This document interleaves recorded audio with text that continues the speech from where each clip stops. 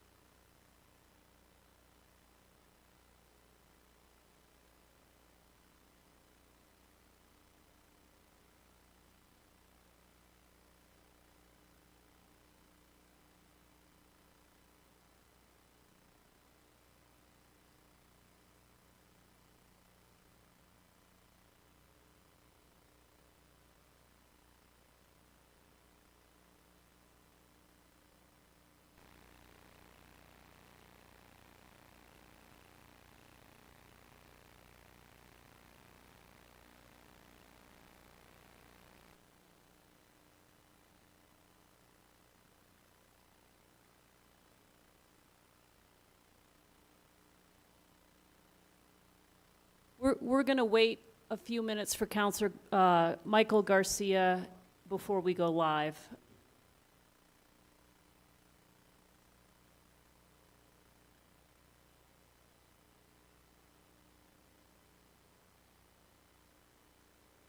Councillor Chavez, can you hear us?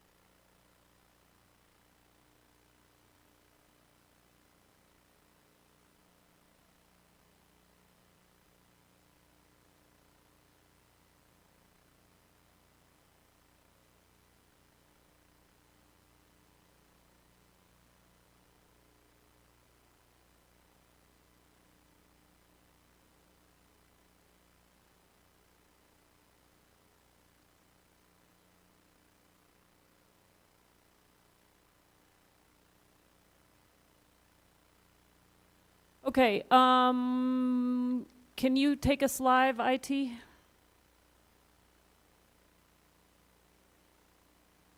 We are live.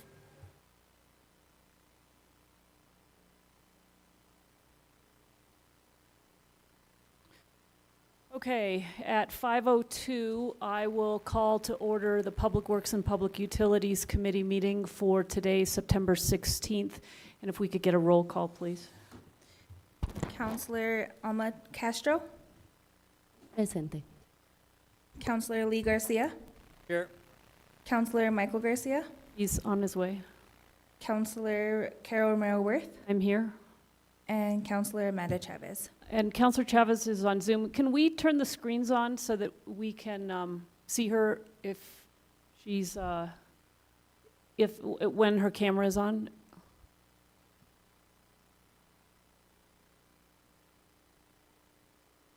Okay, thank you. So we now have the screens on in the chambers. That's very helpful. And I am chairing tonight for Counselor Chavez, who is dealing with a family matter. So I will do the best I can, Counselor Chavez, Madam Chairwoman.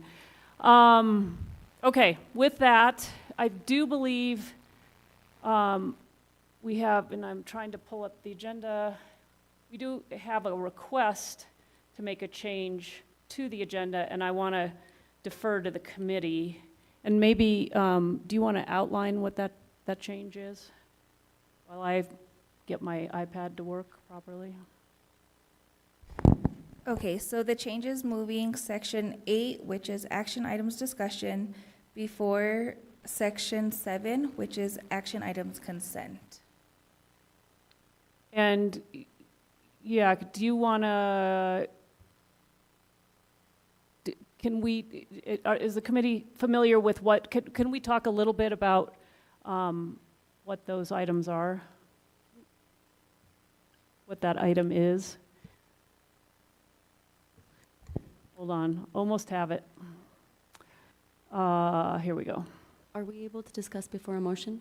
Yeah, so, well, yeah, so the request is to move the discussion item 8A, which is a case 2023-7653, vacation of a 44-foot wide public right-of-way, a 38-foot wide public right-of-way, and we have a number of folks who will be here. We have staff, Dan Escobar is here, we have Carl Summer, who's the agent, and I believe there's one other person involved in this conversation who's on their way.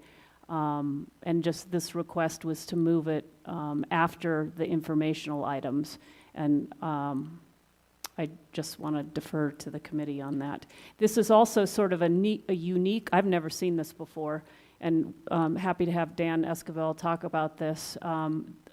We, in hearing this, will be making a recommendation as to whether we think this is something that should happen to the Planning Commission for their consideration. I have, in my 7 years, I have never seen this. So this is totally new, but apparently what's required for what this is. So I defer to the committee. So basically, we're just going after the presentations and informational items and Yes. in front of consent. Yes. And I believe there was some items pulled from consent, so we'll still be hearing those after that case. Correct. Um, So this, we just need to move this around for approval of the agenda, I guess. I'll make a motion. Second. Okay. I do have one question. Sure, during Counselor discussion. Castro. Now, is this establishing a new operation or a new policy in some way? The process? No, I think it's, Mr. Escobar, do you want to help us understand, is this this is an ordinance, it's just for the type of thing that we're considering, is that correct? So I don't think this, we're not pulling this out of thin air, there's some direction that this is what has to happen.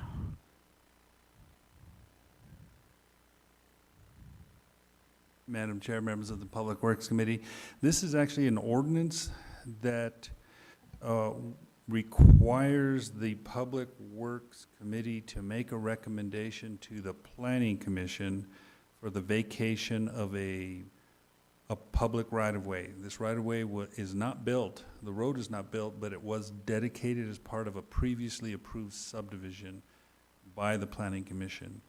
And the process is what is before you tonight. Thank you. No further discussion. If we don't have any other further conversation, if we could get a roll call on this, please. Counselor Castro? Counselor Lee Garcia? Yes. Counselor Amanda Chavez? And Counselor Carol Romero Worth. Yes. Motion passes. Thank you. All right, we are on to the consent agenda then. Well, yes, approval of the consent agenda. There have been a couple items pulled.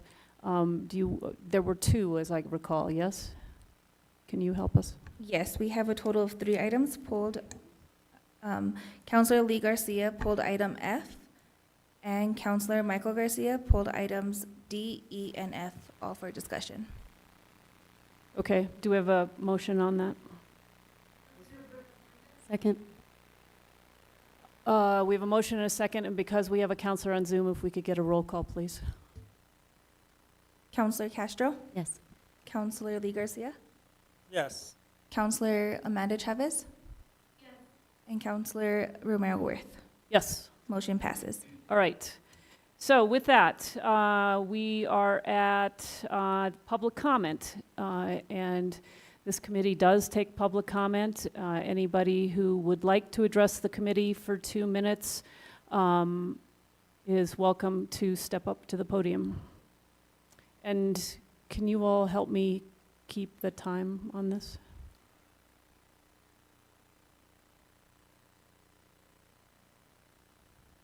And if you'll, like in other ways, just tell us your name and you can dive right in. I'm standing here in front of lead and copper rule update. That's not mine. All right, my name's Elizabeth West, and don't worry, Jesse, I won't. And I'm here just to speak about one little aspect of the resolution having to do with moving the Soldiers Monument to the cemetery. And I attended the vets meeting. There wasn't a quorum, so they couldn't make a decision that day. And evidently, they went back and did some research. And many of you have probably, I'm sure you all here have seen the attachment that was attached to this agenda. And I thought it was beautifully written. And of course, you will have noticed that they want to restore the obelisk on top of the monument's base. They want to keep it on the plaza. Has any of you not read it? Because I have a copy. You have it in your This- packet? Like Well, other have you read it, like though? I- other places, this is one-way conversation. So I'm you so speak to sorry. us for 2 minutes, and then Yeah. we'll take the next. So maybe just in case I should hand it out, because I did make extra copies, partly because I think it was so well written, and I really want to make sure that you see it. It happens to dovetail with what I believe in, and I thought the meeting was, obviously, when they got together and looked it over, they came to a very good conclusion. The board, they say, recognizes that any solution to the location of the monument will meet with the opposition from some. Given the long history of the monument on the plaza, we believe, say the vets, we believe that keeping it in its present location with the added measures addressed above is a solution likely to be the least offensive to citizens and veterans in Santa Fe. Coming from veterans, that addresses fear that I think has dominated this. Is my time up? It sounds like it is. Oh, But- that's a mistake on your part. Thank you. I'm joking. I really appreciate being able to say this. So for the record then, I'm going to read what the Veterans Advisory Board mentioned. There are 4 bullet points. Elizabeth, your time is up. Not to worry, it's in our packets. All right. Thank you. I want to make sure it's in the record. Thank you. Please read it. Thank you. Okay, anybody else want to talk? I think we have a few more folks here tonight for public comment. Good afternoon. I'm Valerie Brooker, retired city librarian, one who has lived here. Thank you. Thank you. One who has lived here since the 70s.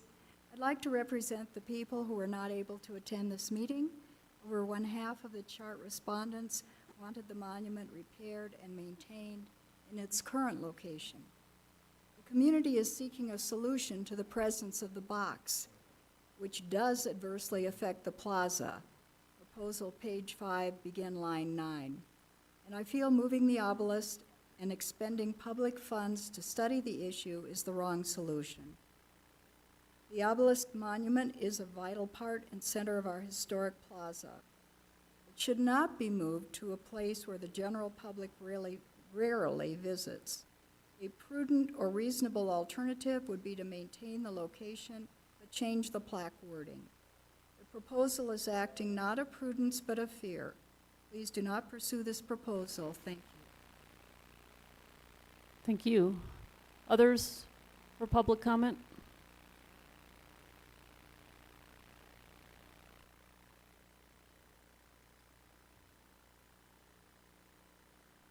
Good evening.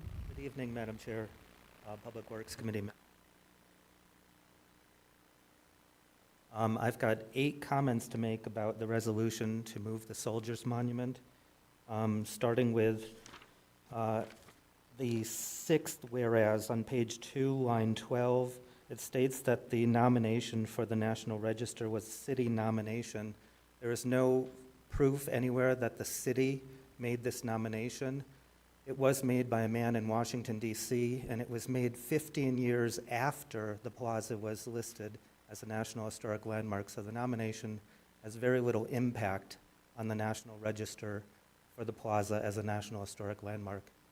Again, in whereas number 7 on page 2, line 15, it continuously cites city's nomination, and I do take issue with this. The city did not make this nomination, nor was it done on the city's behalf.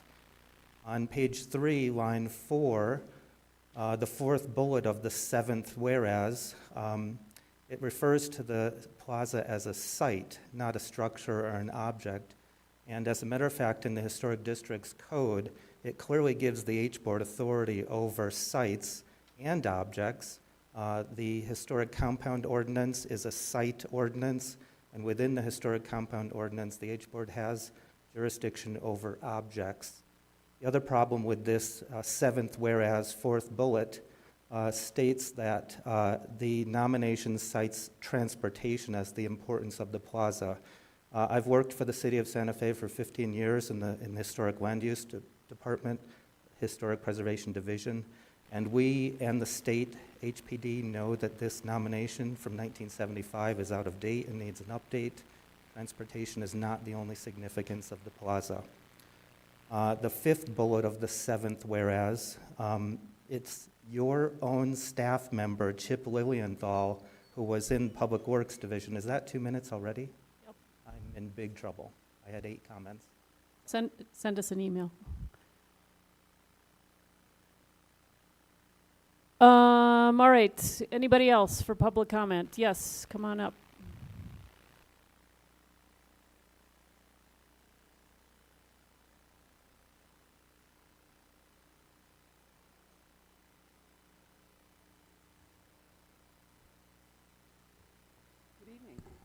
Good evening. There are 6 points I would like to make about. If you could just give us your name first, and then we'll restart the clock. And try to speak a little more into the mic. I'm so sorry. Yeah, so just so you know, if you don't speak into the mic, we can hear you fine in the chamber, but anybody watching on Zoom and our participants on Zoom can't hear you, so you want to make sure you're right into the mic. Okay, thank you. All right, to begin, my name is Beverly Spears, and I want to speak about the resolution to move the monument. When this resolution was first presented, I thought it was merely to study this possibility, but in looking more closely, this resolution is to actually move it if feasible. The monument was, before vandalism, one of the very oldest structures in all of Santa Fe that has not been changed through remodeling or additions. If the structure is moved, it loses much of its integrity because the context of a historic structure is extremely important to its integrity. The Santa Fe Plaza is perhaps the most beautiful Spanish colonial plaza in our entire country, and the obelisk is an important part of that. And should it be moved, it will deface our plaza in a very unfortunate way. And finally, I want to say that of the thousands of people who want to see the monument retained in its current position, they would welcome the 4th and offending plaque being replaced by an entirely different plaque that honors Tewa heritage. Thank you very much. Thank you. Anybody else here tonight for public comment? Okay, I don't see anybody else, so we will move on with our agenda. Thank you all for being here. We're going to presentations now, and we do have an update on the optimization of the utility billing system. And Virginia Wolf is a public utilities manager who will provide this update. Welcome. Madam Chair, Yes. the presentation will be not by Ms. Virginia Wolf, but by our consultant from IT Connect. Her name has been something that you've heard before on multiple occasions, so hopefully familiar, Ms. Carla Monroe. Thank you. And that's sometimes the problem with our agendas is they don't always have all the people in the room to help. So to help us know who's giving the presentation. So welcome. Good to see you again. And did you have an intro at all to her other than that? No, Madam Chair. Okay. All right. Ms. Monroe, we are all very interested in this system and getting it up to date. So take it away. Let us know where we are. Good afternoon, everyone. I'm going to try to streamline this because we talked a little bit about it before. So what I'm here today is to give you a little bit of an update on the utility billing system and where we are in our implementation or our re-implementation and starting the last time I was here, we talked about the options that the IVNV put forth. And we were going to go at that point, and that was in April, with option 2, where we put the project on hold, look at a new RFP, and that was going to take us out in, at least 9 months just getting the RFP and everything out.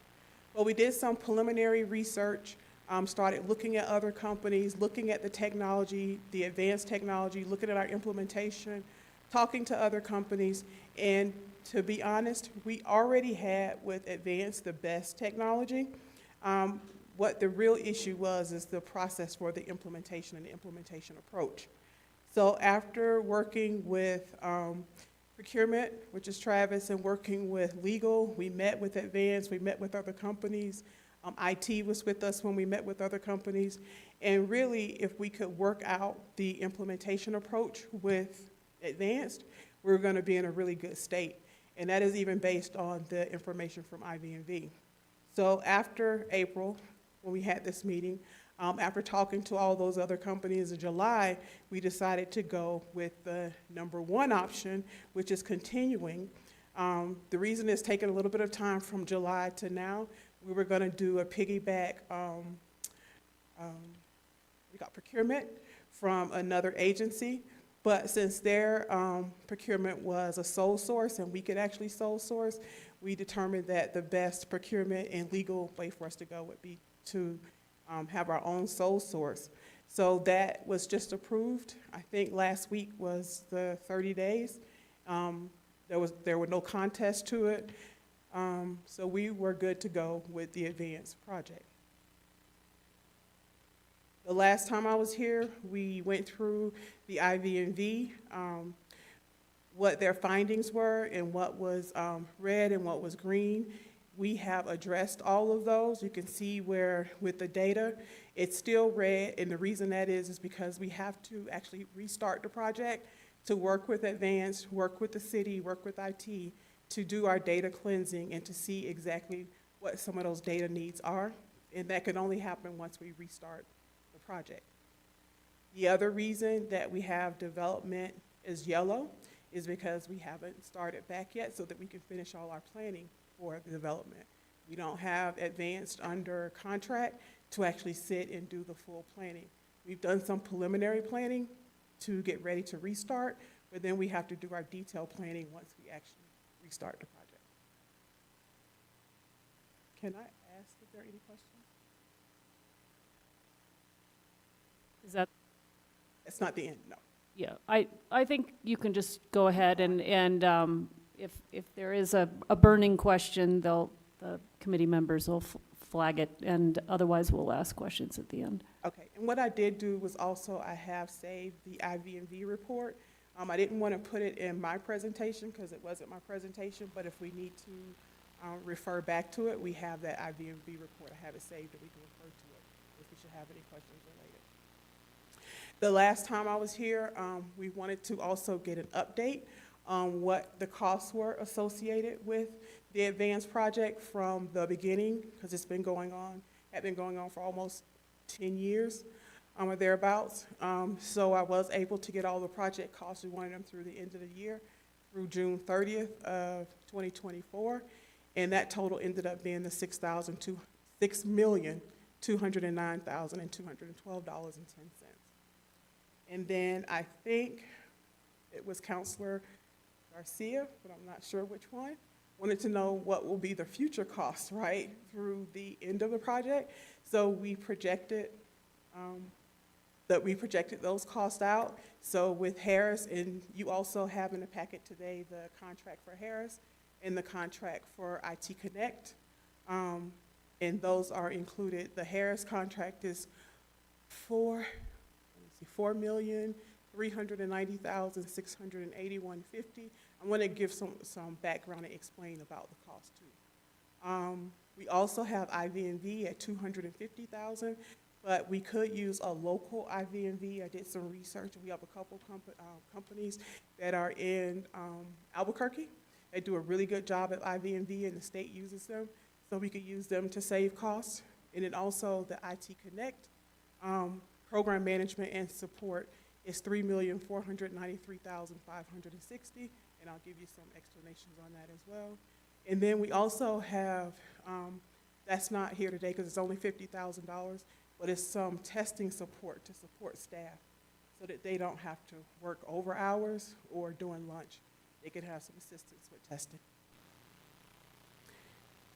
If we don't have any questions, I can still give you why we have, because if it were me, I would wonder why about the $4 million for advanced.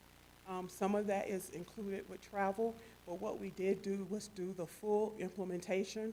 There are some areas where we're going to be able to streamline it through, but I wanted to include the worst case scenario and cost so we wouldn't have to come back. But there are some areas once we get into planning that we can streamline, so it may not be the entire $4,390,000. With IT Connect, if you go to the IVNV report, there was only before managing this project with Mountain River a part-time program manager. There was no test manager. There was no training manager. There wasn't anyone in product management. And those were all the things that IVNV said that you should have. And you actually should have it because it's standard. So some of those things are taken on by IT Connect that couldn't be absorbed by the city or by IT.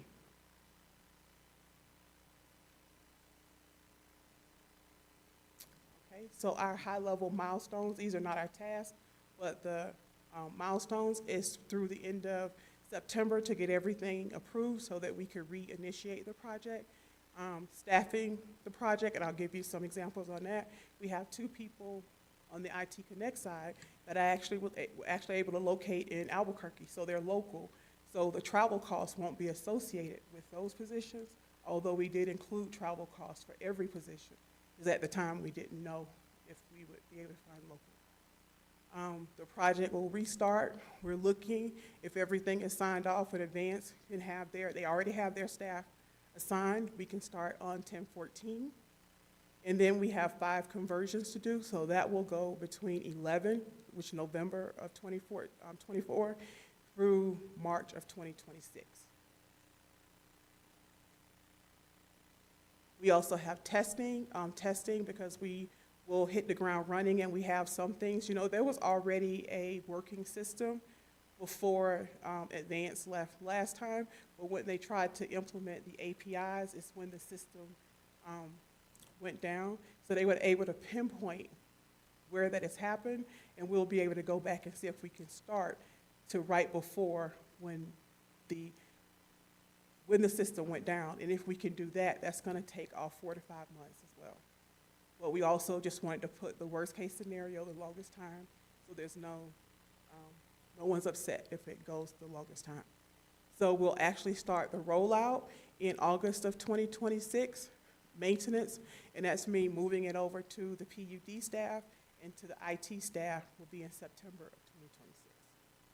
And then we also have some enhancements that we will be working on, and that's like with other areas that are billing that are not currently billing now, such as chemicals at the BDD, we'll be rolling all those out as well. And this is just a future state timeline of the milestones that we just went through.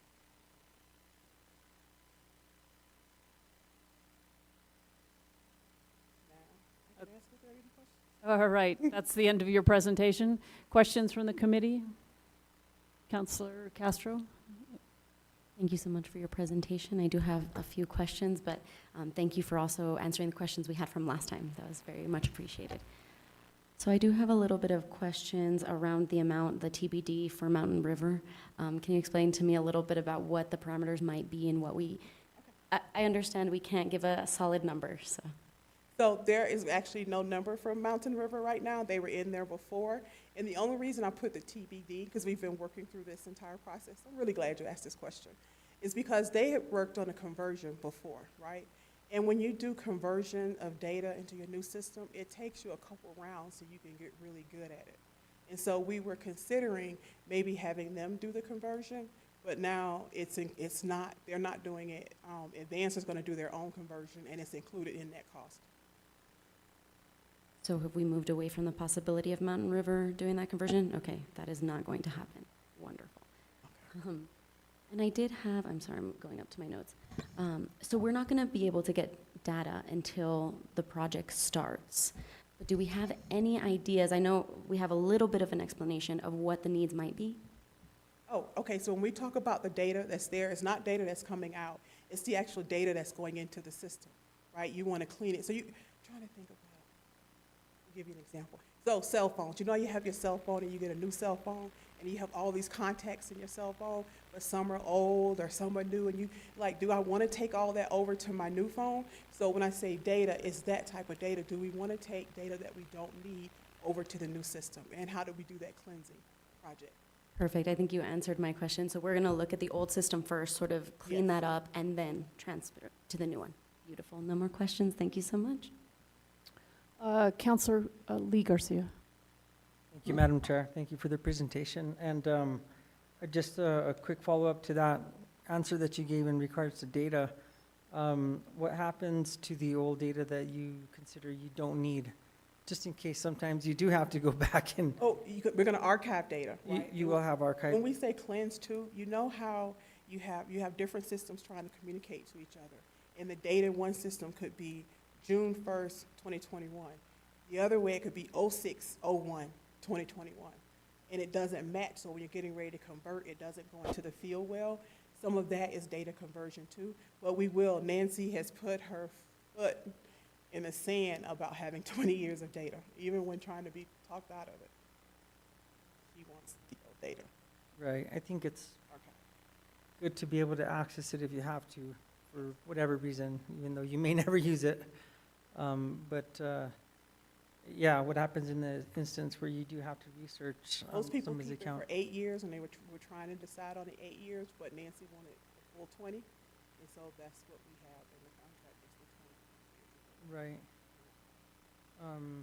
Yeah, I mean, 20 years is a lot, and I don't know if that really is that important to go that far back. But I do value that coming from a business perspective as well, where it's nice to have some historical data on things. I'll move on to you mentioned something about the 4,390,681.50, and that's the cost for the system itself. That's the system, and also with the prior implementation, Advance had a part-time project manager, and that was something that we never, saw before, and it was in the IVMV. So the reason their costs have increased a little bit is they need to have a project manager, and for the first 3 months, we want the project manager here, because I'm going to be here, and they need to be on site so you can build those relationships and work through. So some of that is because it was a little bit more than I thought it would be, but that is the reason why when you look at the travel, that's included. What That's- type of is that travel what is you're involved asking? with it? What kind of travel is involved with it? The project manager should be here for the first 3 months, and then 1 to 2 weeks, a month after that. But if it's working really smoothly and we can see that, you know, you can reach people, you don't have any issues with things not being addressed, then we can adjust the travel. But in the front, kind of like to set the standard that we need to. So is there an estimated, like, system cost? And then I guess I would consider that like support costs? Yes, and I believe that it is in the contract. You'll see the lines for travel and the lines for system, and you'll see also a line for licenses. That wasn't in our packet, was it? I believe so. I only saw the presentation report, Let me, unless it's in one of the slides. I'm gonna go, do you mind if I look real quick and see if Sure. I can find it for you?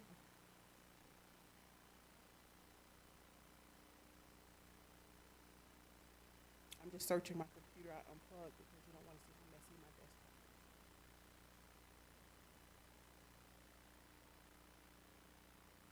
And if we could enter that in the record. Yeah, under the attachments in this item, all I see is the PowerPoint that's being supplied. It's not in the PowerPoint, correct? Oh, that piece is under the advanced contract. Is that, it's two, the contract, I think it was pulled. There are two contracts. Oh, okay, The IT yes. Connect contract is Okay, actually perfect. in the contract. Right, okay. And I must have missed that portion of it. Okay, I think, and again, I believe it was me who asked about future costs and kind of going down the road when we're dealing with buying into a system as this. You know, what is our future annual expectations to keep the program, to keep it maintained? Obviously, we're going to have IT Connect as our partner in helping us for a while. Well, for the 2 years. For the 2 But years. once it's going to, so we have a transition period when I was doing the timeline where the IT piece will be transition to IT. There are some things in, regarding to updates. And if you look in the advanced contract, you'll see the cost for that for the annual updates, and they'll support that. But IT will be managing the IT portion, and then PUD, Nancy's group, will be managing the administration. And they'll probably have someone that'll be a city employee to actually administer that, but as a contractor. Thank you. And I guess my question might be for staff and the director, is that in regards to evaluating the system, user-friendly and things of that nature, what do we expect as far as learning curve to catch on with how to utilize this? And it could be Director Dupree or Ms. Wolf, if you like. Madam Chair, Councilor Garcia, by all measures, the new software is much easier to update, utilize, and provide answers to questions from the community or our customers, which is a significant burden today. As Madam Chair knows, we've met with customers who have legitimate questions that we care to help them to understand and to answer. And it is an administrative burden that comes with an outdated system. So that modernization helps us provide what our customers expect in terms of service. Thank you. I think, Can I say something to that? Sure. So also, one of the positions with IT Connect is a training coordinator, and that training coordinator will be working with a person that Nancy has already identified. She had a project administrator position that they're going to use to help with the change management and the training. So if new people come in, they need to be trained, and if you need to be updated, you know, this training, if something changes in the system, you'll have a person that's an employee that's assigned for that, for those tasks. yeah, I just, you know, when you're changing over systems, it can be very, very difficult and can take years to actually make everything run smooth again. Have experience with that, but at the same time, you know, when you're dealing with hopefully we are going into a better solution to the one that we currently have, and so aside from that, I have no further questions, Madam Chair. Thank you. Thank you. So on your implementation schedule, can you talk a little bit about the difference between two milestones, the one that's testing and the one that's rollout. So you're going to be testing for quite a while, and I guess I'm not sure the nature of, maybe So- that's not the right word, I So don't know. it is testing, so incrementally as portions of the project is rolled out, when you look at the 5 conversions, every time you do it, you have to test. Testing is continuous. Like, you don't just do it, we're gonna do one with a UAT at the very end, which is user acceptance testing, and that'll be the end user, but then some of the testers and other testers, and then system tests will happen periodically through the project. So that testing phase is a pretty long phase. But it's different types of testing along. Right, so, and then rollout means what exactly? Rollout means that once we roll it out, you're gonna always have issues. If anybody tells you you're not gonna have issues when you roll out IT, they're not telling you the truth. There's gonna be something that's gonna go wrong, we're gonna have to look at it. Okay, do we have to, make any changes, right? Is this something that's a showstopper, or is it, how do we work on it? So you'll see that in the rollout, and you can do your rollout in multiple ways. And we'll determine this as we go, if we wanna do a pilot, right, and just roll out a portion, or if we wanna do a big bang rollout, then we're gonna run in parallel with the current system so that we can make sure that everything is accurate. I guess the thing I'm trying to understand is rollout basically means go live, Go live. right? So we're gonna, for a year and a half, we're gonna be testing. We're going to be testing, but we'll be using some things live, like, before, I'm gonna go back to advanced before. Nancy, they were actually able to put some bills through and kind of just look at it and compare it with the other system. So when I say rollout is when everything is ready to go. Testing throughout the way, there are gonna be incrementally things that can be active and that could be live, but we won't have everything until we have that final rollout. So really, rollout also means that we'll see it as the customer, that our bills will look different, our, Yep, at the same time you see that though, they'll still be printing the bills in the old system, just to kind of compare and make sure that everything is working as it should. but we're not gonna see that during the testing phase. So it's really rolling out is go live. Okay, It's the same, yeah, okay. That was my only question. All right, any other questions from the committee? If not, good to see you. Thanks for being here, and yeah, this is a big one. And of course, we all wish it would happen today, but it's a big lift, so, Nancy would say yesterday. yeah, yesterday. No, she doesn't. Thanks, though. I checked in already. Okay, so thank you for being here. We're going to move on. We got a lot to cover. All right, so our next presentation is compliance with the lead and copper rule revisions, and we have Water Division Director Jesse Roach with us, and he is on the agenda, and I believe he is also going to make the presentation, so that lines up well. I'll turn it over to you, Director Roach, and you know about talking. I'm so sorry that your height and our microphones are a continuing issue, but I think you've learned how to navigate them. Welcome. Thank you, Madam Chair, or Madam Acting Chair, and members of the committee. Just wanted to take a little bit of your time tonight to give you an update on the lead and copper rule. Yeah, when they don't have that funny little Seems like this is better. sponge thing on, they get a lot of feedback. If IT is able to project the screen so that folks in the audience can see, I'll go through the presentation in the packet. Thank you. So the lead and copper rule improvements of 2021 were updates to a rule that initially went into effect in 1991. And those rules take effect next month. And the good news here is that the city of Santa Fe has been working to remove any known lead lines in our distribution system for decades, and there are no remaining known lead service lines or larger lines at this time. The main activities that we're undertaking now to comply with the updates to this rule include a publicly available lead service line inventory online, a list of schools and childcare facilities in the city and provided to the regulator, a lead service line replacement plan, and sort of wrapping this together, we're contacting all customers this month with bill inserts. So paper bill inserts for people who get paper bills, and PDF for folks who get electronic bills.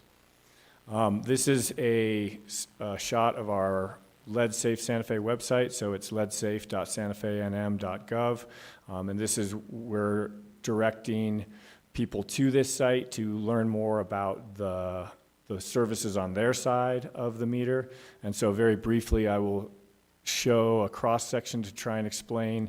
On the left side of this diagram, you see the street and a large diameter water main, so anywhere from 4 inches to 16 inches would be the common size of those mains, some larger.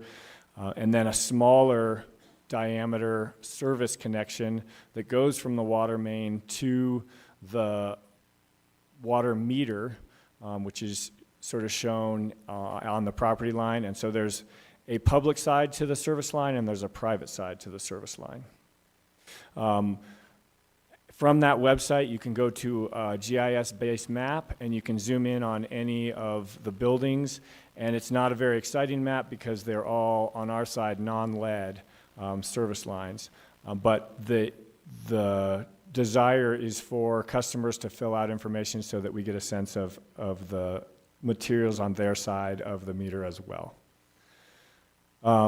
There's also a video on there giving instructions on we are, for people who qualify and live in houses built before 1986, we're offering free testing for lead, and there's a video there on how to do that. There was, as I mentioned, a bill insert this month that went out to all customers to explain what we're doing. And this is the same slide I started with at the beginning. I wanted to just sort of dig in a little bit to what we're doing this month with the bill inserts. So we're requesting that the customers provide service line information for their side of the meter through an online survey. And then for folks who fill out that survey and live in a house built before 1986, we're offering free testing.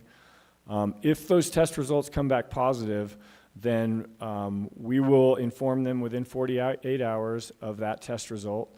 We'll provide them a Brita filter, which is shown to remove lead, and then we'll perform additional testing to determine the probable source for that lead. For lead that's from our side of the meter, we will take immediate action. And for lead that is on the customer side of the meter, we will provide informational resources to everyone and financial resources to qualifying customers.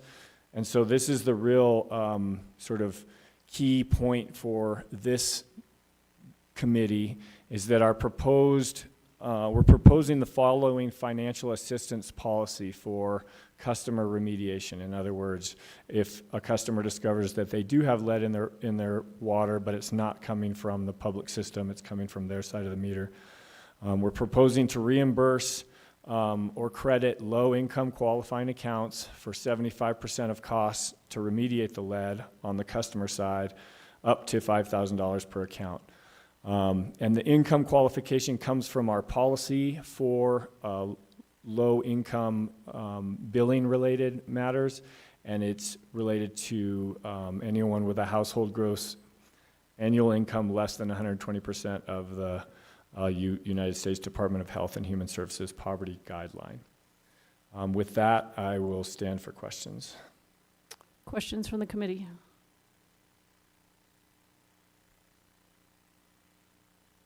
Councilor Castro. And I apologize, I would have liked to review this a little more, so I might have some more questions via email, but if you could let us know what those thresholds are for folks who are going to qualify, and also just help us navigate that website a little bit better. Is that live already? Can folks go onto the website? Madam Chair, members of the committee, Councilor Castro, yes, the site is live, and so if you go to leadsafe.santafenm.gov, you'll find it. And in the bill inserts, it's directing people there and asking them to fill out the survey. And the specific poverty-related guidelines are that if they're below 120% of that federal, then they would qualify. Perfect. Thank you so much. No further questions. I don't see any other questions, so, oh, Counselor Michael Garcia. Thank you, Madam Chair. And I apologize, Jesse, for missing half your presentation. But as I walked in, you were talking about the free testing and the notification to residents through the utility bill, so I really appreciate that.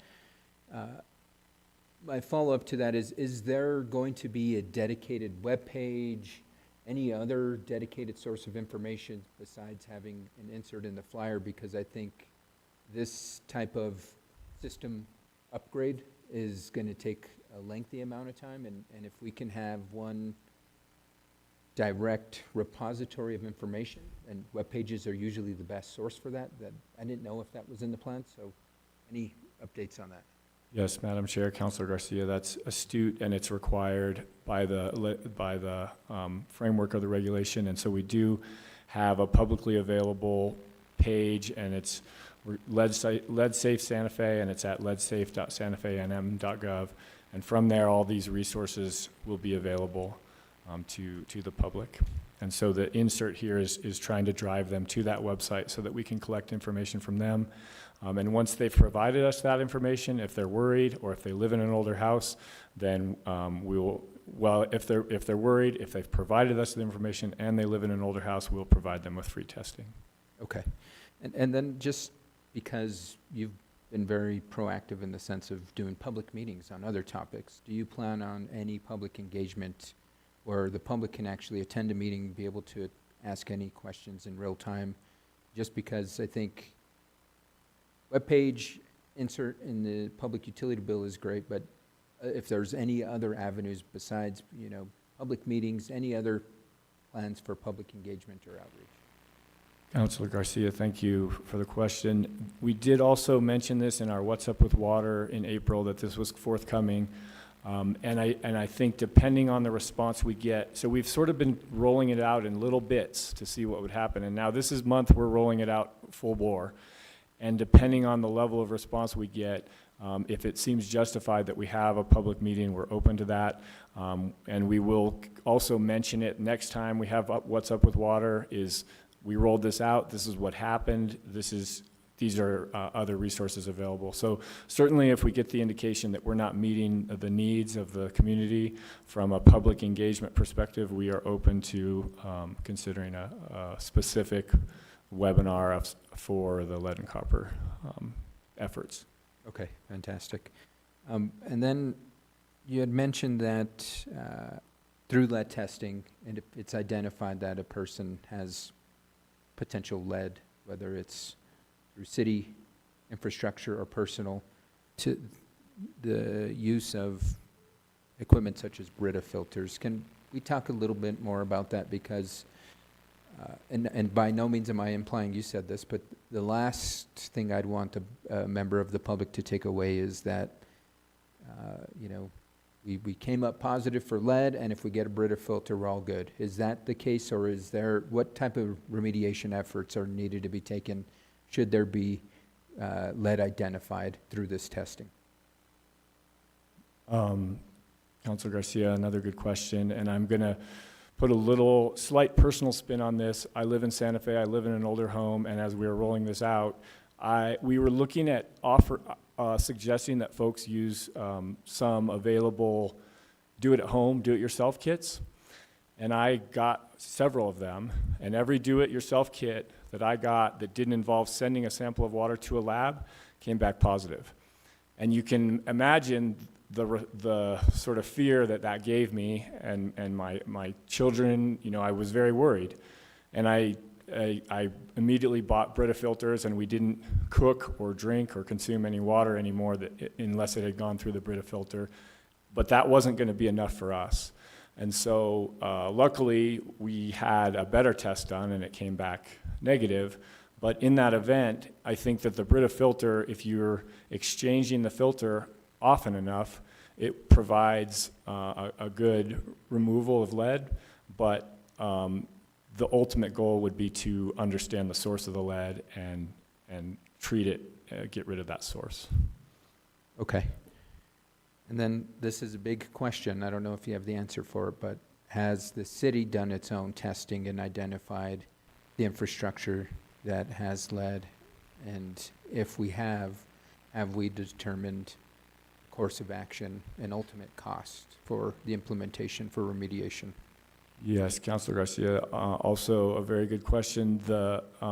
We do not have any lead service lines, known lead service lines in our system. The exception that we've been working hard to remediate is we had on the order of, I want to say, close to 100 galvanized iron service lines. And when they put in galvanized iron, they're so rigid that they needed something flexible at the end to connect it to the meter. And so in some cases, those galvanized lines included a lead component. And so we have been removing all of those galvanized lines, and by the time this rule takes full effect next month, we'll have all of them out of the system. And so we, because of decades of work on this issue, do not know of any lead in our system. However, lead is sticky stuff, as I've heard folks say, and so if there was lead at some point, there can be small residual amounts. We do testing at all through the system, including for lead, and so we feel like we're in a very good position relative to lead in our system, but if we discover anything, we'll immediately, at this point, if we discover it, it'll be a surprise, and it'll be something that we can deal with. I think it's more going to be about folks who live in older homes and may have some lead components on their side of the meter that they don't know about. That'll be, we expect, when we see positive lead results, we're expecting that's often going to be the case, that it's on the customer side of the meter. Okay, thank you, Director Roach. I appreciate the insight, and I'll review the beginning half of the presentation. If I have got any questions, I'll reach out. Again, I apologize for being tardy. It was parents' night for my daughter's volleyball team and being a parent. So thank you, Director Roach. Other questions from the committee? All right, thank you for being here tonight. Appreciate it. Thank you. All right, our last presentation is the Paseo Real Water Reclamation Facility Administrative Order Emergency Project Progress Update. And Director Dupuy, who do we have to do that tonight? Madam Chair, we have Mr. Brian Attia and also Mr. Thomas Feister. Okay. And is Mr. Weiser on Zoom or? In person. Oh, I'm sorry. And Mr. Attia is on? That's correct. Okay. All right. Perfect. Thank you and welcome.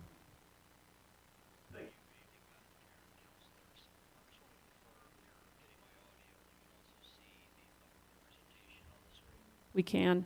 And actually, though, if we could get IT to move the translation that's going on at the bottom maybe over to the side a bit, so it's not in the slide. Is that possible? There we go. Okay, I think we're good.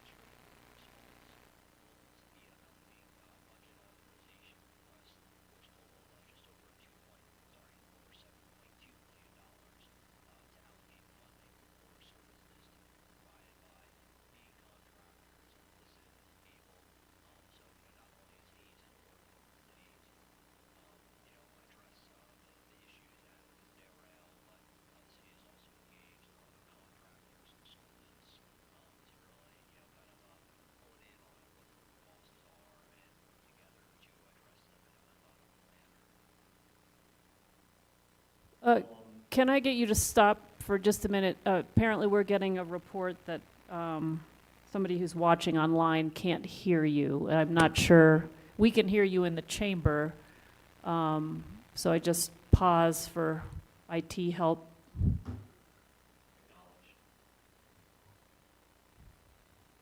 I don't know, it's odd to me that we can hear you in the chamber, but the streaming, apparently, they're not hearing you.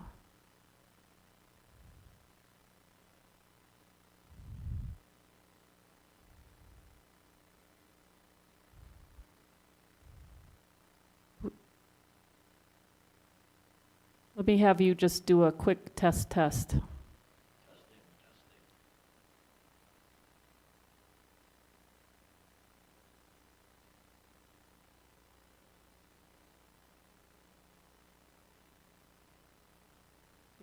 Give me a little more testing.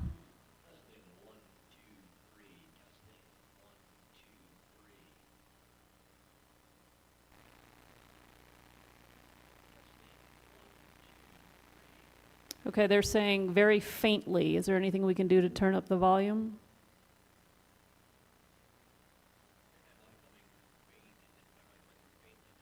No, not at all. We can hear you perfectly. I mean, you sound a little muffled, but I think it's the nature of your headset.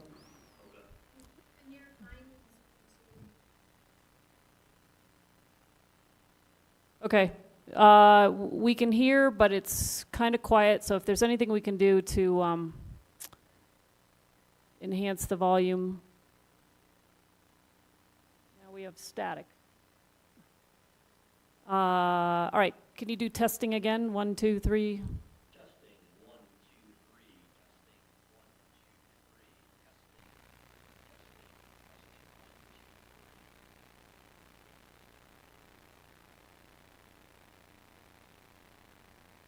3. Yeah.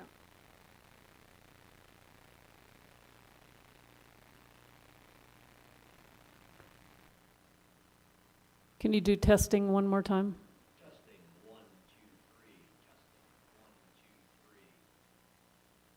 Okay, we're gonna try to go on and see if that's improved. I may have to stop you though, so we'll see how it goes.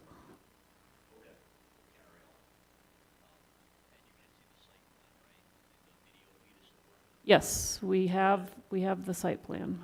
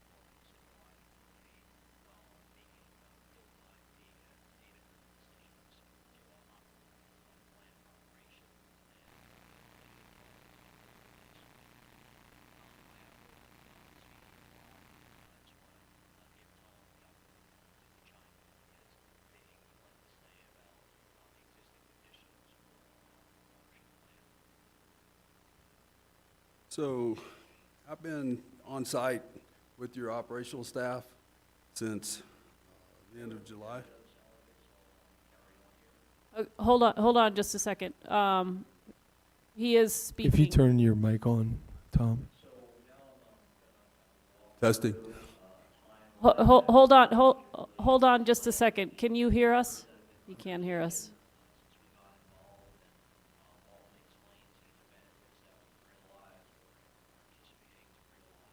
Do any of you have ability to text him? All right, you can move on. I'll come back to you. Sorry, your colleague was speaking, and I guess you couldn't hear him, maybe. So so we'll just loop back to your colleague and then come back to you if that's okay. Can you hear now? Hey, Brian. Okay, all right. All right, Perfect, so I've thank been you. on site since near the end of July. I've been working hand in hand with your staff. I am an operator. I come from Florida and Texas. I hold the highest level in both Texas and Florida. I've been doing operational wastewater operations for over 25 years. And I do got to say that I've seen some pretty bad facilities, and this is a bad facility. We have a lot of equipment that has been deferred. There is a plan to run till failure, and that's the most costly, and it's the most inefficient way to do it. And each of these processes we are investigating, and we are finding where you have 3 pumps, and there's only 1 of 3 working. We're having to rob parts from other parts of the process to fix it. So just wanted to add that the system needs a lot of attention and help.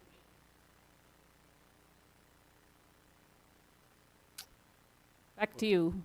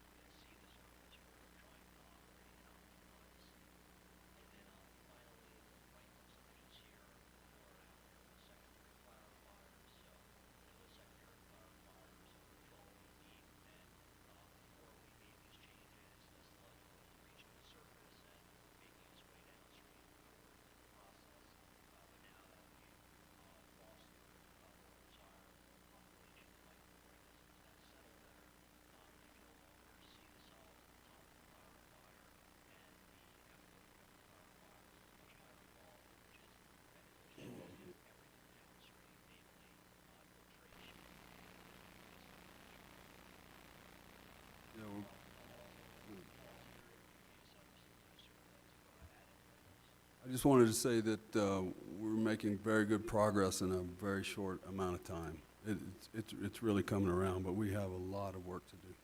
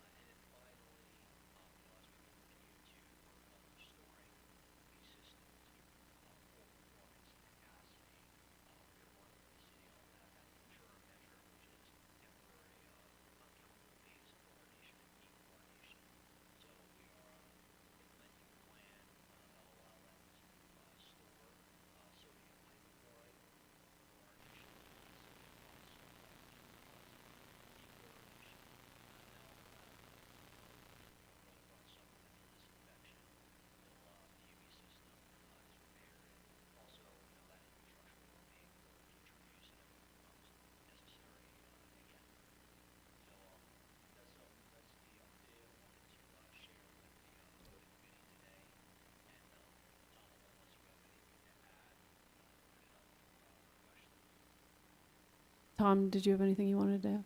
I think I'm good, thank you. Can we stop sharing the screen just so we can, there we go, get a better view of you. Thank you for that very thorough presentation. I am going to go to questions from the committee, but do we have any sense of when we'll be in compliance? I think that's probably the burning question on all our minds.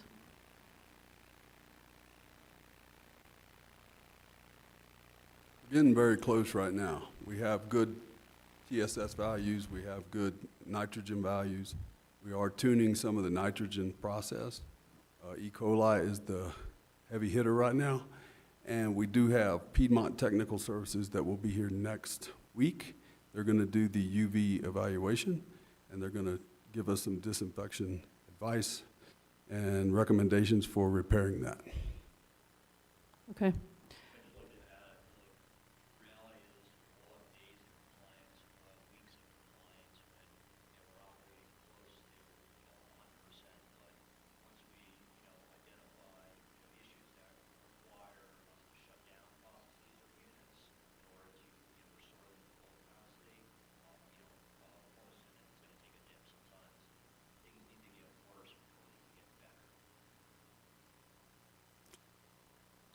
Yes, actually, the north basin that we have down right now has a broken valve. Once we get that valve fixed, we're gonna have to put all those dried solids back through the process. So it is a give and take a little bit right now to try to get to where you wanna go, but we're heading in that direction. Are we having days of compliance now? Yes. Okay. No, go ahead.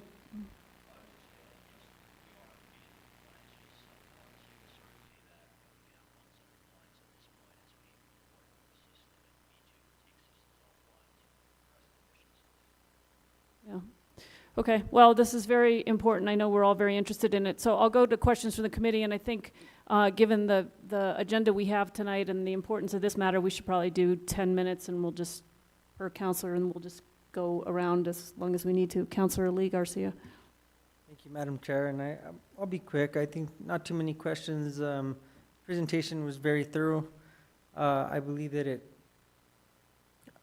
painted a pretty good picture of what dire, I mean, we were in some really bad shape.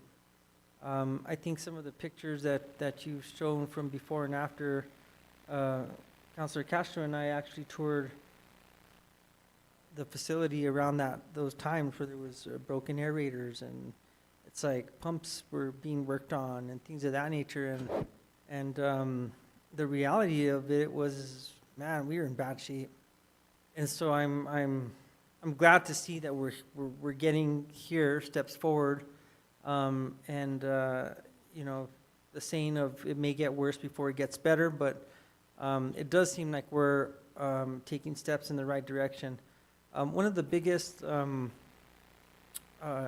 concerns that I have is that you know, proper staffing and processes and procedures, because it's obvious that we were not following good processes and procedures, and either we didn't have the staff or we didn't have the qualified staff to do this. And that goes from the director all the way down to your entry-level employee.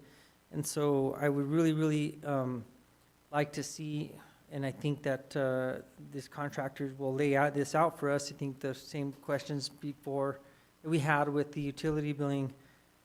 Are people going to be trained with this? Because obviously what we don't want is when you guys leave and everything is set good, for it to just go off the deep end again. And I think those are just my comments.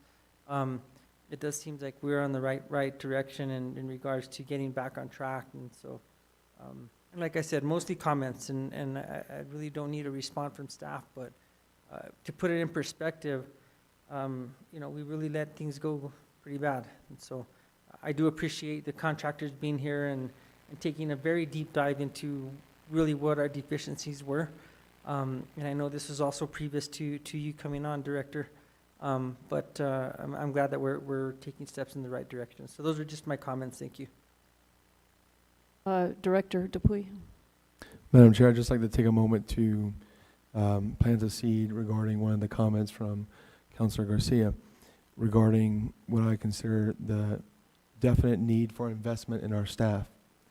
We are working with Hazen to develop a scope that provides for a comprehensive education program that starts or has the ability and framework to start in a very wide range of education, including, school children all the way through the program really advertising our benefits of retirement, showing that we will work with you through the entire process, and that the initial focus is on what gets us something meaningful quickest, which is investment in education of our existing staff, and then education of those who are already in programs at the community college that teach this type material, and ultimately developing our own specific education material that's coupled to work well with what the community college is teaching. So they had a slide that showed APES, area, process, and expectations. That's the philosophy of treatment process control, is that you have a target for every process individually. And in terms of like meeting compliance, whenever you have those targets in range and one of them starts to go out, you can predict that you're going to go out, and you can take action before you go out of compliance. So that's the place where we want to be, and we've really started to gain control of each process so that we're within our target, except for disinfection.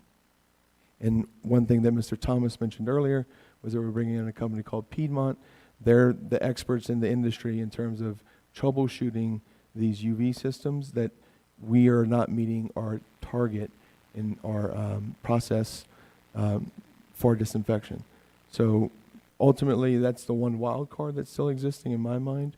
Once we have that one under control, which we also have a backup, which is the chlorination, dechlorination, is just one that we have been hesitant to use without understanding what it is isn't working with our UV. Other questions from the committee? Councilor Michael Garcia. And I see you, Councilor Chavez. Madam Chair, I'll get to you in a minute. Thank you, Madam Chair. Thank you, Mr. Atier and Mr. Feister, for the presentation. I did have the same question around compliance, so thank you for some updates on that. If just quick, I guess, maybe it's staff or the contractors, how many days do we have to be in compliance to be considered in compliance? Like a consecutive, because it doesn't mean one day we're in compliance and everything's all good. There has to be a specific, certain consecutive number of days, and I think that's something that the public should be well aware of.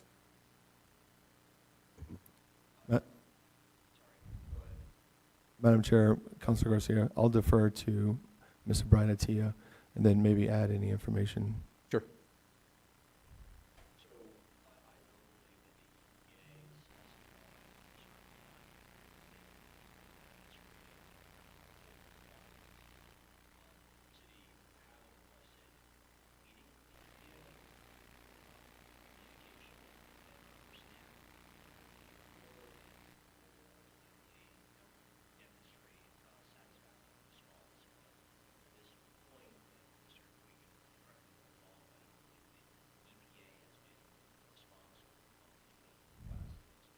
But before you go, Director Dupuy, I recall us being told in the past, so. To explain what you are likely referring to, we have two discharge permits. One is to the Santa Fe River, and that's what Mr. Brian Atia is referring to. The one that you're likely remembering is our one to reuse users, which is our DP 289 permit. That requires that we have 24 hours to test for E. coli, because the test takes 24 hours before we return back on. So we would test, let's say today at 10, we would know the answer tomorrow at 10, and then when we were negotiating with them, they originally requested that we have an extended period of compliance prior to starting use again, and that was a 30-day period that was self-imposed at their encouragement, and then they have since gained confidence in our ability once we started using chlorination for disinfection on the reuse stream. And we've been very successful in that since July 16th of 2023. Okay, thank you, Director Dupuy. Next is just a request, I guess. We talked about the 5 items that were being focused on, and I'm going to just refer back to the slide. This was on slide 7. If we can get an update reflecting the actions taken against these 5 items. I know there was an extensive timeline, but I'm somebody who likes to refer back to the proposed action or the identified overall plan and then reflect on what actions are taken. So that's a request I've got, if we can have some follow-up on that. Number one, what we've done is we actually, I want to say it was the 14th of last month, we increased the chlorination to kill the filamentous. We also, when I first got here, we increased your aeration in your But Mr. Feister, just an update in general, not an extensive update now, a report that can be reflected upon these 5 items. Because I think that's something that I would like to have a tangible document to refer back to. Yeah, so. Madam Chair, Councilor Garcia, if I could maybe suggest that we schedule some reoccurring update relative to the progress on these 5. Perfect. Councilor Garcia got into a topic I was wanting to wade into, SOPs, but I think what's also necessary is not only having SOPs, but having maybe timelines identified for equipment replacement. I think that's what really got us into this horrible situation, is that equipment wasn't replaced in a timely manner, and now we're purchasing everything, and I think that's should be part of the plan as well. And I'm not an expert in regards to life cycle for this type of equipment, so if we can have an update and, within 5 years, X, Y, and Z should be replaced. Within 10 years, X, Y, and Z should be replaced, and so on and so forth. That way, it could be built into SOPs. That way, it could be properly budgeted for, and that way, in 30, 40 years, folks are saying, oh, great, they at least set us up with a roadmap for success. So that's just another request I've got. Any update from the EPA administrative order? I know that we talked, or we provided feedback to them at the end of July. It's been 45 days. I know the government moves slow, but I think they might have had some feedback to us within those 45 days. Any update on that? Madam Chair, Councilor Garcia, I'll have Mr. Brian Attia refer to where that's at in the slides. I believe we have a bullet that speaks to that, and we can explain some nuance relative to the renumbering of the administrative order.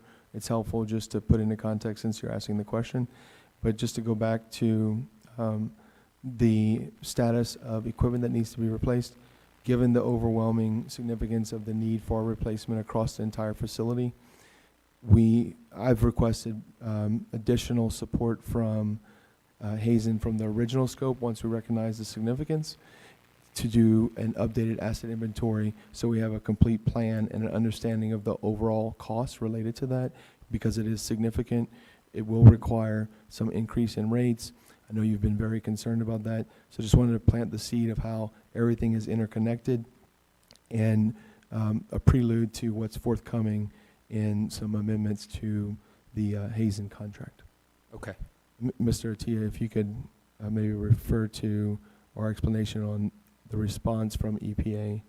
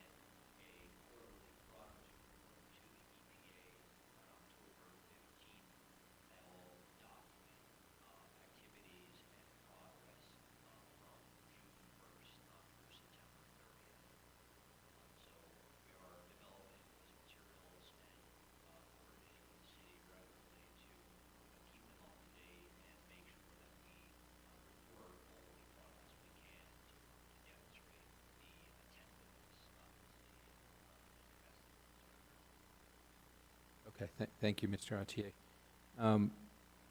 Any status update regarding the New Mexico Environment Department $2.3 million penalty and our correspondence with them, and any status where our request for some leniency might be? Any update on that? Madam Chair, Councilor Garcia, if if our public utilities legal representative was here, I would defer to Mr.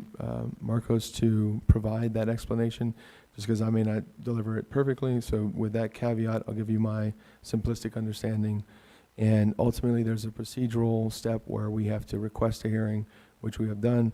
Once that is scheduled, which is the step we're waiting on, then that is the first moment where we can do negotiations. And so I believe we're just waiting for that hearing to be scheduled. Okay, thank you. I appreciate that. And once it's scheduled, if you wouldn't mind sharing it with the committee, that'd be great. Since got you, Director Dupuy, vacancy rates. What is the current vacancy rate of the plant? Because I think one concern I have is having team members be overworked, and especially in critical positions that manage a very critical component of our city's infrastructure. So what is the vacancy rate? Madam Chair, Councilor Garcia, I'm very grateful that you've asked that question. We currently have 25 vacant positions, and ultimately, it is overly burdensome to staff. There are things that we can do to change that. They don't happen overnight. And I have one anecdotal scenario that I think really points to the historical circular pattern that resulted in where we're at.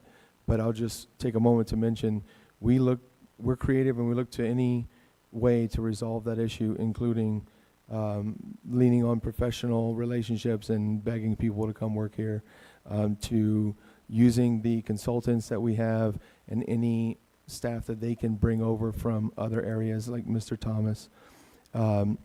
He's from the Houston area recently, even though he's had experience in multiple places. And so that was something that I found really familiar and appreciative of, because having spent some time in Texas as well, they have a very formulaic approach to compliance through the Texas TCEQ, Texas Commission on Environmental Quality. And that's something I think that he can help us to understand on how a plant that is in tip-top shape should be operating, and then help us navigate a path to it. Having the people that have the understanding of what it can look like is also super important beyond just the people. So even if we had total vacancies filled, but you don't have any vision and relative experience to provide the hope that we can get to something better or what we should be going towards, it doesn't work either. So super grateful to Mr. Thomas. Just wanted to put that out there. Same thing with Mr. Leroy Alvarado, who we recruited from the county. It's hard for me to feel overly comfortable pulling from resources that are incredibly meaningful to the county, but we desperately needed help, and I'm more than happy to have him here. But I'll give you this one example. So we recently put in a budget amendment request for additional funds for resolving 13 vacant positions, where we have the ability to fill those positions, but we need these, and they've accumulated over time because they hit a roadblock for one reason or another. The most recent roadblock was that I was denied referencing my explanation that our budget needs an increase in our rates to have reoccurring revenue that matches reoccurring expenses. And ultimately, they suggested that we pull from money that was in our contracts budget. Well, contracts and operating O&M expense budgets are undersized. It's why we're doing all these emergency determinations and bars to do anything as soon as we identify it's needed. So that's the exact opposite of what we need. And ultimately, we were asking for a 1% or less than 1% increase in the $13 million or approximately $13 million budget that we have. And so,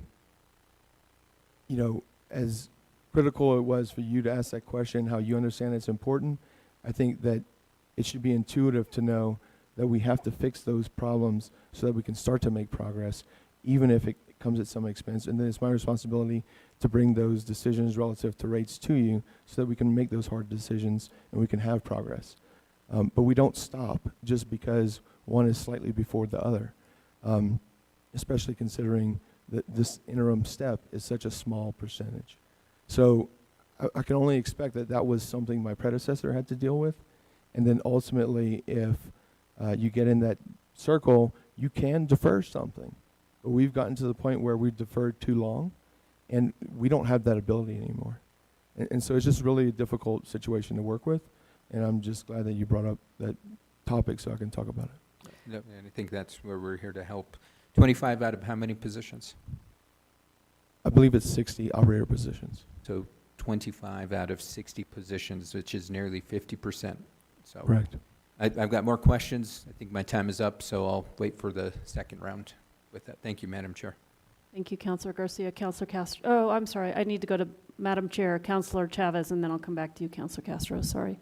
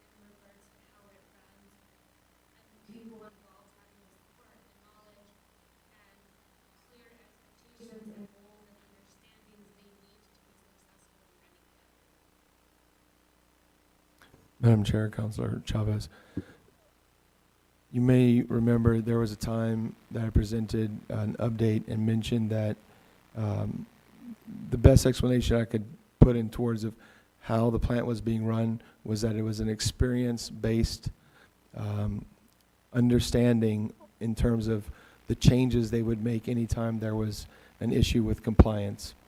And ultimately, it was done by walking around, looking at things, but there was a missing gap of using data, and it's not even to their detriment that some of these scenarios where we're talking about process control with a target for each process, there are certain processes we don't do measurement. Like we don't have instrumentation to then have that data for them to make a decision on and have a target process by process. So it's a different philosophy in terms of how it was operated, and it's how our water plants are operated. And it's night and day when you go to both. Someone operating the plant from a panel, and they're looking at a lot of the instrumentation readings versus walking around and having some visual observation of the process. And like I mentioned earlier, we want to be able to make a change prior to when we're out of compliance. And the way to see that coming is to have an observation in the measurements we're taking relative to a process and a small change in the wrong direction. And then implementing a control to bring it back to its target prior to being out of compliance. And so we actually prevent from being out of compliance versus being out of compliance and then responding. Like you said, being proactive instead of reactive. And so they need those tools and they need that education, and then we need to create a culture that is expected.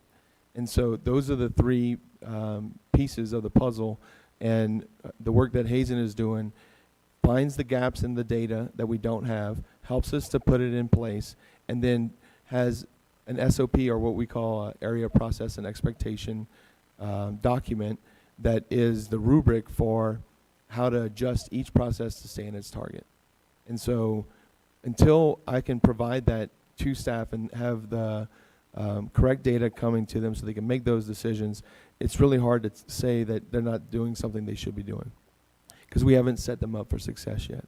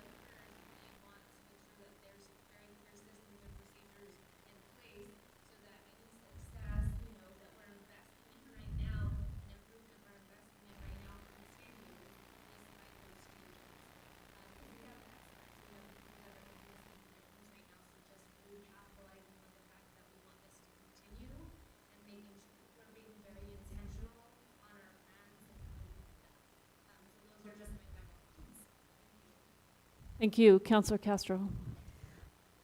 Wonderful comments. Thank you all for the presentation. I will try to be brief. So I have some questions, Director Dupuy, about, we had talked about a piecemeal sort of rehab. Is that on the back burner? Are we still thinking about a new treatment plan, or is this rehabilitation our new strategy? Madam Chair, Councilor Castro, ultimately, we have to do something in the interim, and we have it broken down into multi-phase interim. We don't call it long-term, Brian, if you can help me remember the name in terms of how we've characterized it, but there's a middle step. Largely, the middle step is something that Hazen is on board with us for, but the long-term is, given that we will put all this infrastructure investment into the plant, because we can't wait until we can get to some long-term fix, you have to do something in the interim. It's a very difficult question, and we will have a presentation from Mr. John Rearing from Carollo, either the next Public Works and Public Utilities Committee meeting or the one thereafter, where we're targeting the next, that goes into the costs associated with both, and the costs associated with the must-do. And so it takes into account what we're putting forward in terms of the expected expenses, but ultimately, until we get into some of those details, with the subsequent work that Hazen will do on the asset inventory and knowing with detail what needs to be replaced that has been deferred, will refine that estimate that Mr. Rearing will present on in the subsequent meeting. So it's still undetermined, and ultimately both options are overly expensive. I think we all appreciate the difficult position you are, both with your equipment and your staffing. Thank you for your work. Can you explain to me a little bit more about our processes, and this could be for any of the three of you, bridge sand filters, chlorine, and also UV, how those work together? Because my understanding, and it could have been wrong, was that the bridge sand filters were going to replace our chlorine process. Was that the intention originally? Madam Chair, Councilor Castro, we had three types of filters. We have a disc filter, which is just like a material that you can kind of see through, and imagine like your air filter, but this is for water.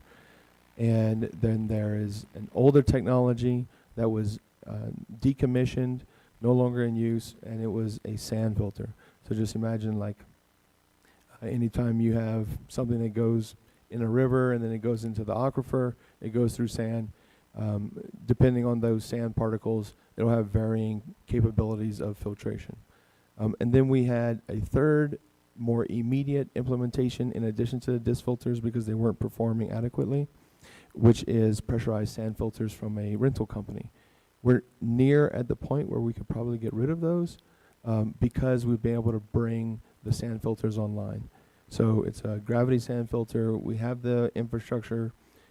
We revitalize all the equipment associated with it, and they're back in operation. The turbidity levels that we're seeing after that filtration step is some of the lowest consistent turbidity levels I've seen since I've been here.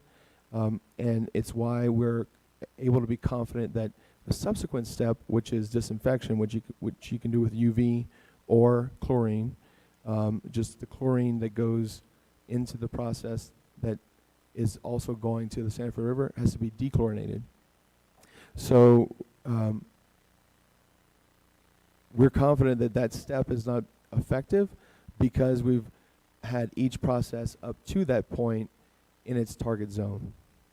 And so it's because of the traveling bridge sand filter rehab and putting those back into operation. And we literally only have, I believe, a week's worth of data from having both online. So that was just accomplished. But highly effective, and any disruption in the upstream processes can cause a cascading effect. Is the one reason why I'm not really willing to get rid of the rental unit yet, just in case we have an upset on the progress we've made in aeration or secondary clarifiers, that we can bring on those other filters as a belt and suspenders. I'll just reiterate, as my other co-counselors have said, we do need to work on this deferred maintenance situation, not having enough data, so I commend you for that. I am a little bit concerned about the storage around the chlorine, which I know that had been an issue, but we'll talk about that offline. I'm excited for the new timeline, and I hope that we can get you a bigger budget so that you can fill those positions. Thank you. No further questions. Thank you. How old is this facility? Remind me, 1960s, 1950s? Correct. 1960? There was a major expansion in 80s, I believe 82. 81, I've seen 81 and I've seen 82 for different projects. And prior to then, it was an overly simplistic plant, but the original site from the 60s. Okay.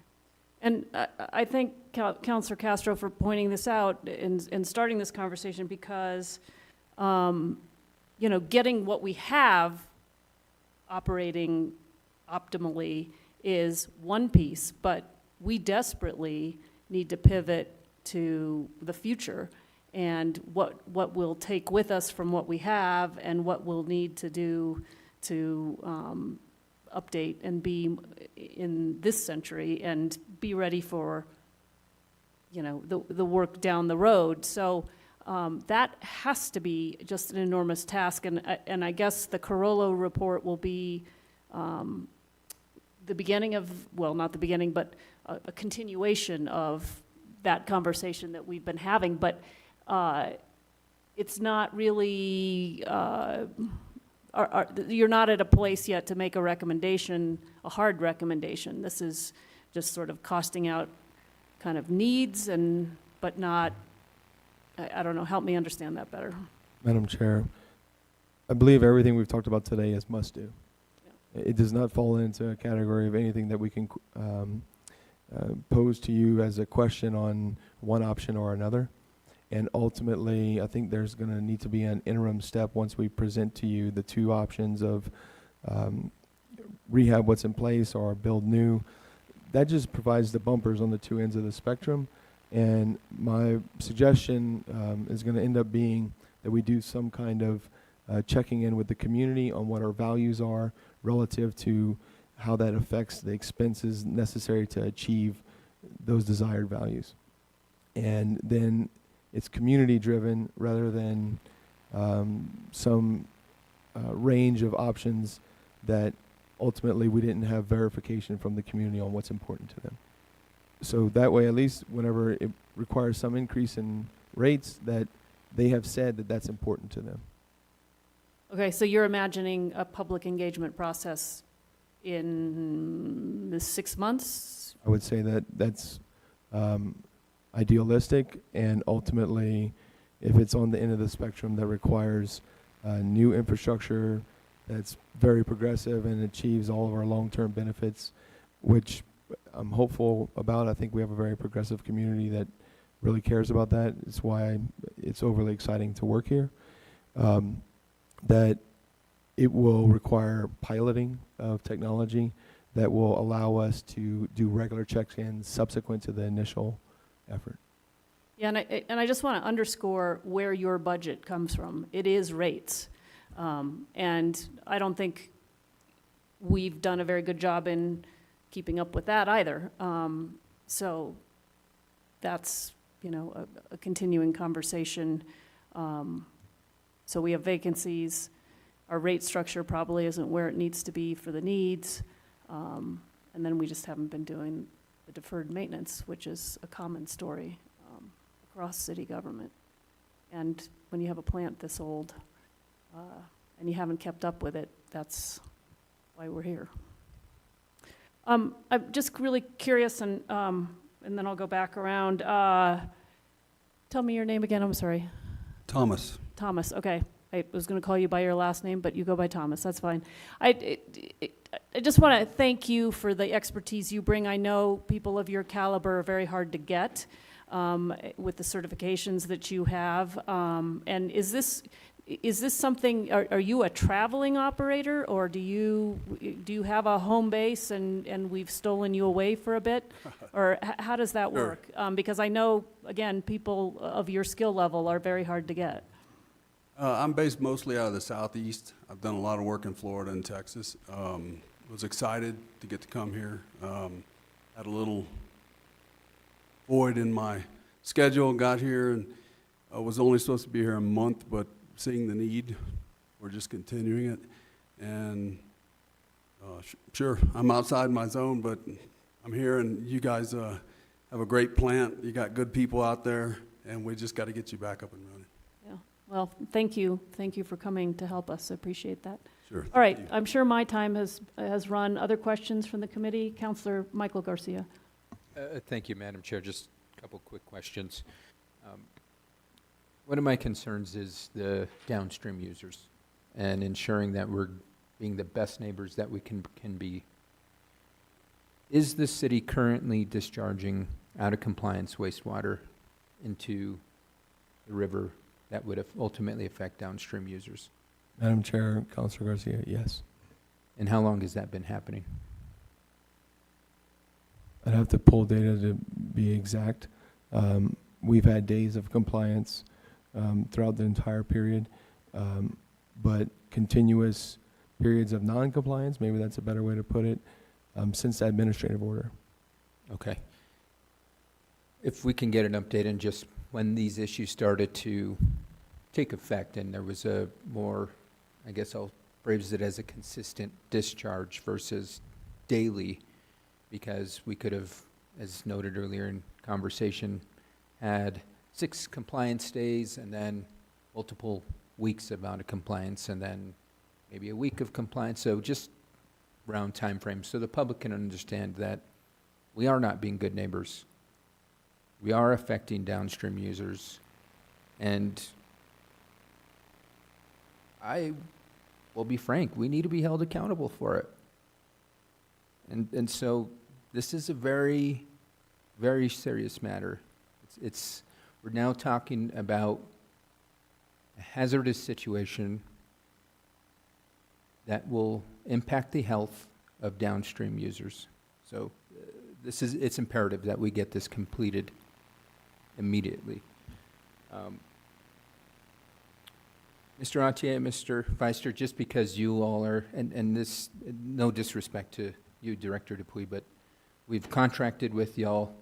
Y'all are fantastic subject matter experts, and I appreciate everything that you're bringing to the table. There's been, I've heard, I wrote it down because it was said earlier, this is a bad facility. But then I've also saw we're on the right track. So I guess my question is, ultimately, we need to rely on data. And I appreciate the pictures showing some of the impact. but does the data show that we are ultimately moving in the right direction? Or are we in a position where we need to begin to quickly pivot to say, enough of putting the Band-Aid on this gashing wound, and we need to rebuild the sucker. We need to get a new wastewater treatment plant up and running while doing what we need to do with this one to ensure that we can continue operations. So I'll ask the question, what, from your perspective, are we putting a Band-Aid on a gashing wound, or do we need to, and do we need to begin to pivot and look at immediately investing in the appropriate new facility? I would be looking in all directions. I would be looking at a new facility. I would be looking at updating, procurement. When you do a new facility, the timeline to get the parts and the design and everything, just to rehabilitate what you have, sometimes it's 6 months just to get a part. It could be 2 years. So I would be moving in both directions. You should be looking at a new facility, but I think this facility is a good facility. I think it just needs to be repaired. We're there. We're getting there. We got good, clear water going out the back. We just got to get consistent equipment to handle it. Every time something breaks, here again, we're gonna fail numbers. Right, and this might be the wrong analogy, but I'm going to use it anyway to help maybe to put it in simplistic terms for the public, and because we look at it in the terms of a vintage vehicle, right? How hard is it to come by vintage vehicle parts? I'm assuming that's the same situation it is with this facility. There's not manufacturers making these parts, or are they? I mean, what is? Yes, you have processes that are obsolete that need to be replaced out there. That is correct. Okay, so I think, and I'll ask the Madam Chair, since she's present, if we can begin to have the discussion, and how do we begin to look at both tracks as suggested? Because I know we've taken some steps to go for a loan. You know, I was of the mindset of, let's look at a bond. But this is something that needs dire attention now. As explained, we've got downstream users that are getting out of compliance water. And that's no benefit to anybody. And so I appreciate the response. Mr. Atier, I think he was going to say something. Happy to see if he had any feedback as well.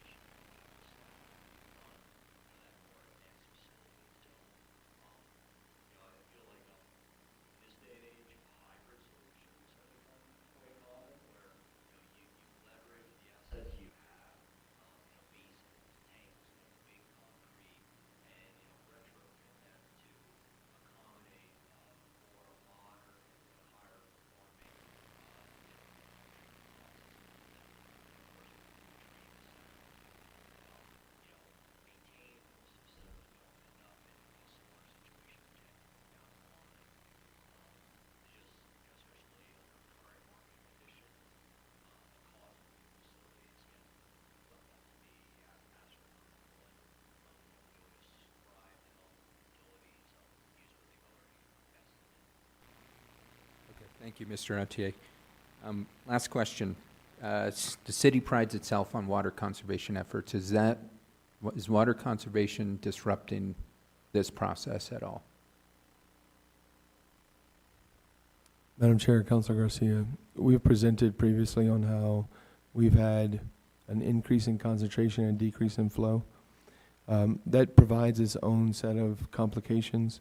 Ultimately, I can't say that if we had our processes meeting their targets, we're operating under the philosophy we've described, that we'd have any difficulty achieving compliance. Also considering that we're doing not just asset management, but asset performance management, where you're not just saying, okay, I'm going to replace that whenever it's due to be replaced. You're also validating the performance of it. That's where we'll get. And we will be able to treat without any major concern from the conservation that we're doing. But ultimately, it does complicate things, but doesn't make it impossible. Okay, thank you for that. And I would suggest and recommend that as we move forward, that we continue to have that focus of water conservation in mind and ensure that it doesn't disrupt any of the water treatment process. With that, no other questions, Madam Chair. I just want to apologize to the downstream users. So the concerns that were just brought up about, we have, and I'm going to forget the name of it, a study out in the field right now to look at our options, correct? Can you just touch on that? Madam Chair, that's correct. It is our facility master plan, and ultimately, the cost of a new facility is what will be presented to you in the near future. Borders on, we don't have the finance capacity to afford it. There'd have to be some shift in how we do business. We are making a huge shift in terms of the revenue stream for reuse water, and we have every reuse customer within the next 3 years coming on board to pay our minimum amount for reuse for every customer, and being consistent with all of them. So that's going to make a huge difference. That's conceptually a giant shift. And there's a time period in the future where it will be a direct stream towards the potable system, and the cost to do treatment may get to the point where, because of emerging contaminants, we're treating to a potable standard anyway, and that may force our hand in trying to recover that revenue of potable drinking water rates versus reuse rates. And I think that's the two horizons that I see forthcoming that make a big difference. So literally, to afford some of these things, these paradigm shifts have to occur. Yeah, and I think that's a good way to put it, the paradigm shift, because reuse customers, we didn't used to value that water and practically gave it away for free. We just take it off our hands. But in this new era of water conservation and really looking at what our resource is, we now see value in that, and we are charging for that value, and that's a part of the paradigm shift. Madam Chair, that's correct. And I think it's a part of what you touched on earlier about looking towards the future. And there are new process mechanisms like a membrane bioreactor that the county has recently constructed that then make those subsequent steps simpler and more reliable. And so that's the value that I think is important to know is desired from our community, even though I expect that to be the result. Not doing that, touching base with them is, in my opinion, not possible to fathom. So we have to do that step, just given the significance of investment. Yeah, and I guess the other thing last thing I want to mention, and we really do need to move on, is just the energy efficiency work that we have done at this plant. We have green energy bonds out for that digester. We do have new infrastructure pieces that we are investing heavily in, and I think are critical to this pivot to the future that we don't want to lose. And so we have to think about those portions of the plant as we look to kind of the new things we need and how we configure those and what kind of land we're going to need to.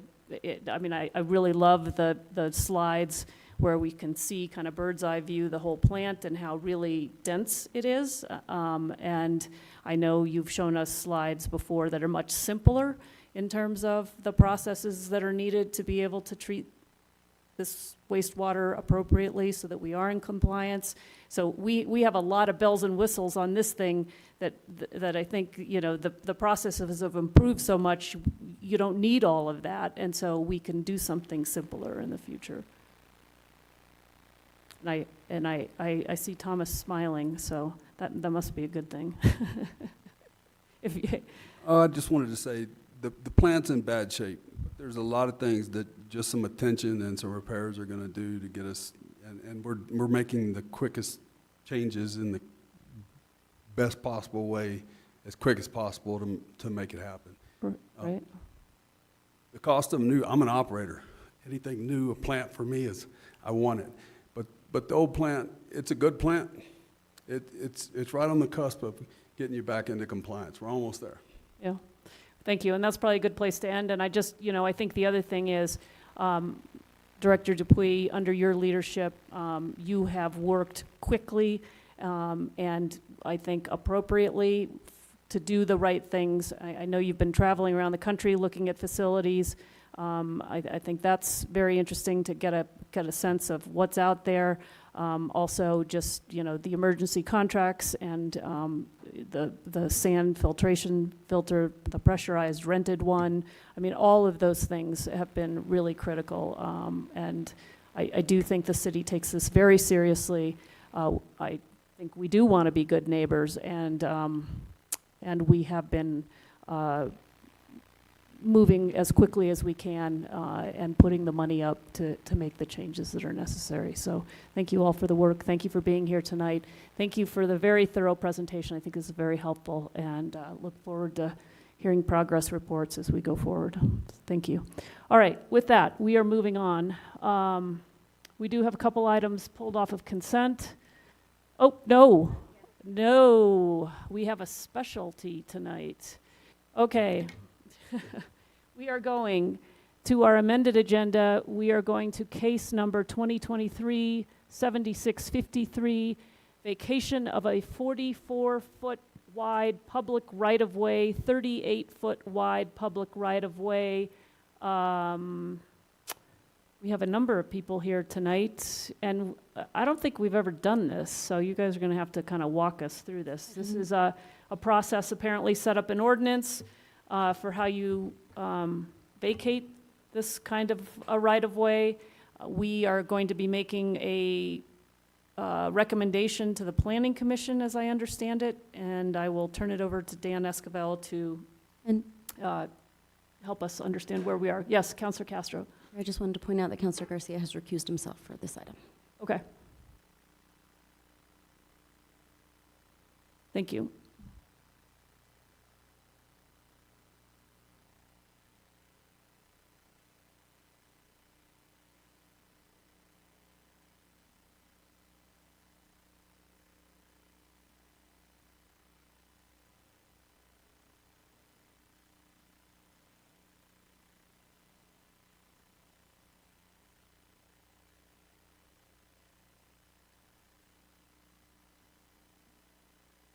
Can't really see that, so you're going to have to read it to us. And Mr. Esquivel, you're going to have to turn on the mic and speak into it. Thank you. Madam Chair, members of the Public Utilities Committee, what we're dealing with here and why we're here, and this is a first for me as well, is pursuant to Chapter 23.1.2C, it identifies that the Public Works and Utility Committee review each request for a vacation of plat or partial vacation of plat and make its recommendation for approval or denial of the request at a public hearing before the request proceeds to the Planning Commission's review. So you're making a recommendation to the Planning Commission for the final determination. So it's a little strange.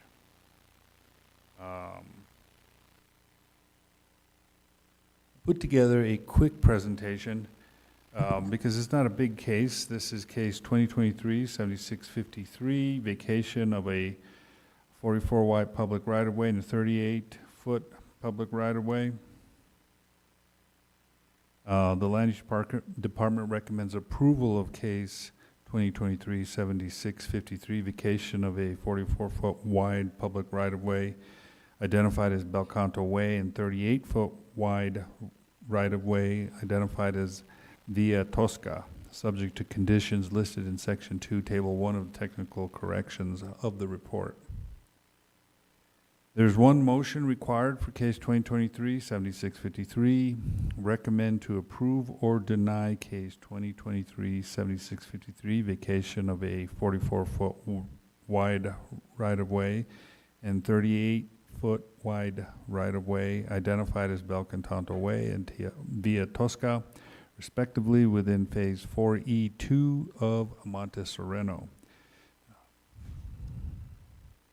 So the location of Monte Sereno is just north of Santa Fe. It's that little thumb that sticks up right above the municipality as you're headed towards Espanola, Isuque. And if you look at the right-hand side, the Monte Sereno, the property is centralized within the Village Drive, a loop road within Monte Sereno. So when you look at the loop road, it comes along here, goes around, and goes all the way around this area. So access is provided to everyone. This is the project location in question.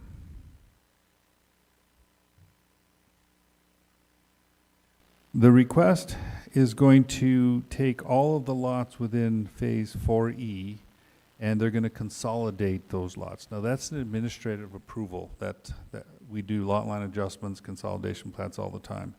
But what we can't do is we don't have the authority to vacate the existing right-of-way that came across when they dedicated the road to the city. That remains in the Planning Commission's decision and through a recommendation of this body. So once, if approved, the road will be vacated, and then the entire phase will become open space, private open space, as opposed to a residential subdivision.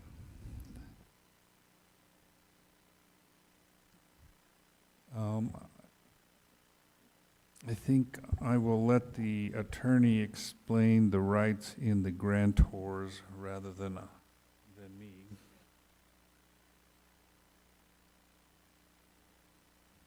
Good evening, Madam Chair, members of the committee. So the code contains two subsections that reference a requirement that there be a finding of reversionary rights to the grantors.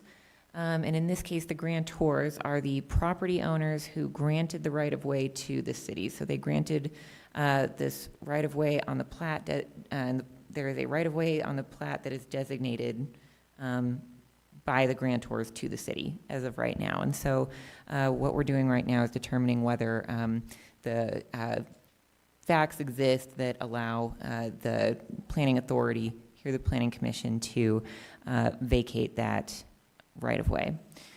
So the relevant code sections, the first relevant code subsection is 23-1.2a.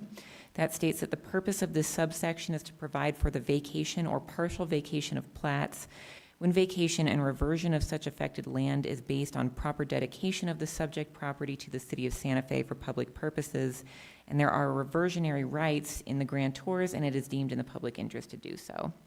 The next subsection is 23-1.2b2, and that provides the definition of a plat, and it also requires evidence of reversionary rights. So that subsection says plat means the map, chart, survey plan, or replat certified by a licensed or registered surveyor, which contains a description of subdivided land with ties to permanent monuments.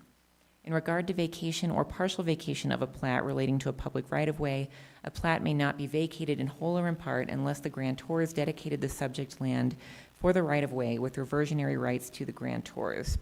Evidence of such reversionary rights must be clearly shown on the certified plat or in any deed of conveyance or incorporated in a properly adopted ordinance. So in this case, reversionary rights are not expressly stated in writing, in word language on the plat itself, but it is my conclusion that the land within the designated right-of-way reverts to the landowners by operation of law if the city elects to extinguish that right, and so therefore the reversionary rights are depicted on that plat. We have case law that is on point. That case is Blaine versus Staub. It's from 1901, and the vendor-neutral site is 1901-NMSC-008. Blaine versus Staub provides that where a municipality extinguishes or abandons a right to use land as a street or highway, the landowners are entitled to immediate possession of the premises embraced within that designated right-of-way or street. So here it is clear from the plat that there are lots abutting the right-of-way. If the city extinguishes its rights to develop a street within that designated right-of-way, the landowners are therefore entitled to immediate possession of the land within that right-of-way. So the reversionary rights are therefore clearly shown on the plat, and it's my conclusion that that finding is, that criteria is met.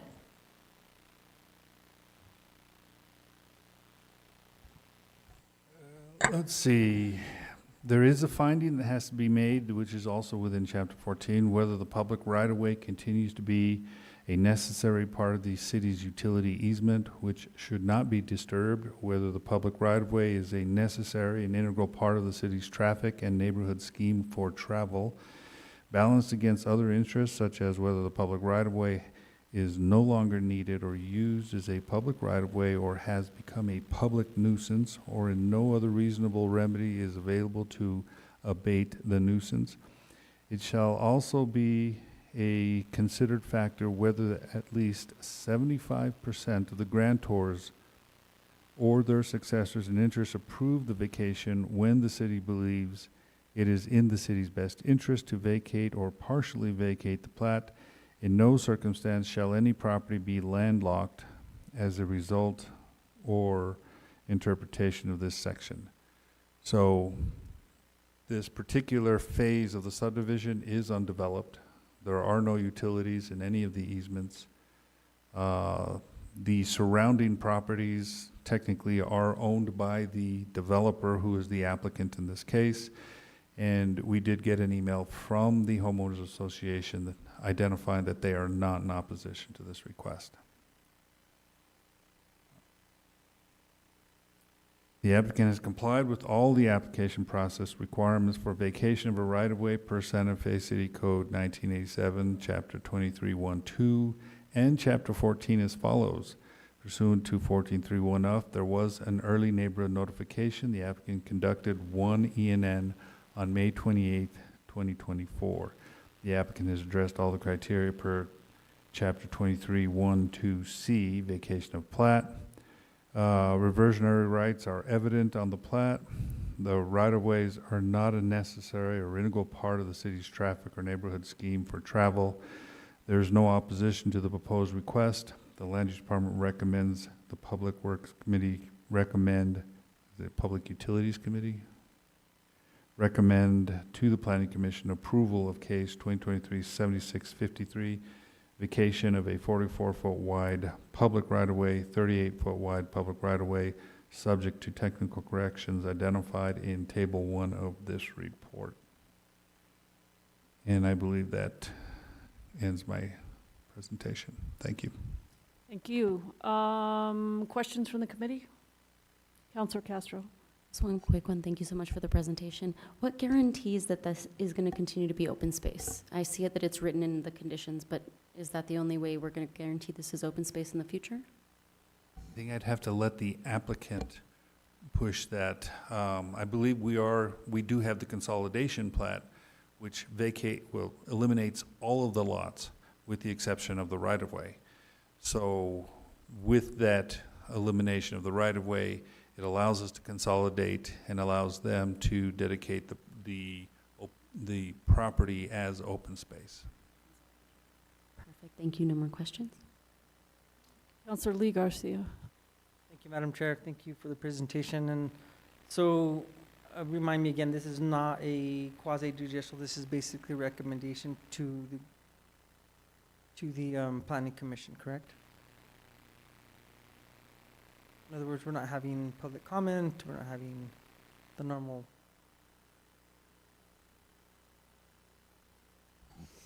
Thank you, Madam Chair, Councilor Garcia. There's no procedure in the code for public comment. Public comment is not required under the Open Meetings Act, except where it's required by the code generally, or where it's generally done. So I don't think that in this situation there's any requirement to have public comment. This is essentially a quasi-judicial hearing. It's not legislative. Essentially, you're acting. You're going to be applying the law to, like, the code to facts. So it is I would say that it's a quasi-judicial proceeding in that sense. Does that answer the question? In a sense, because obviously then we would have sworn testimony and things of that nature. So I'm just making sure that we're not obviously making a recommendation without following proper procedure. Now, that being said, I think that being that this is kind of the first time we've seen this, and that's the reason why we're here, do we perceive that making this type of a decision obviously goes towards other projects? And I really like to identify when there's issue-based, and it's, I mean, not every development or things of that nature. Obviously, that's why we evaluate them for criterion and so forth. And so that we would foresee any type of action with this setting precedent towards other cases in the future.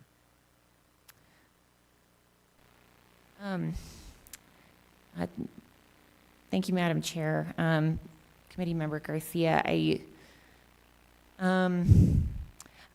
the only case that's currently before the committee is the case that you're seeing today. I think that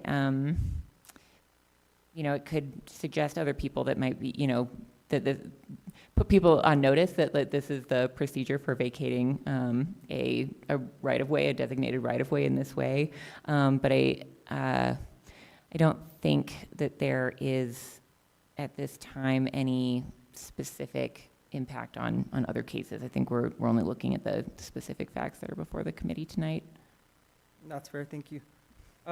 Just going back to the side map that you have, it basically, I think on slide number 3, it's the red line on the existing. Which is the right of way? Where is it? The existing is on the left. The right-of-way runs right through the center of the subdivision with lots on both sides of that right-of-way. Okay, so that is the right-of-way that's current. Right. And that's the right-of-way that will be going away. Yes.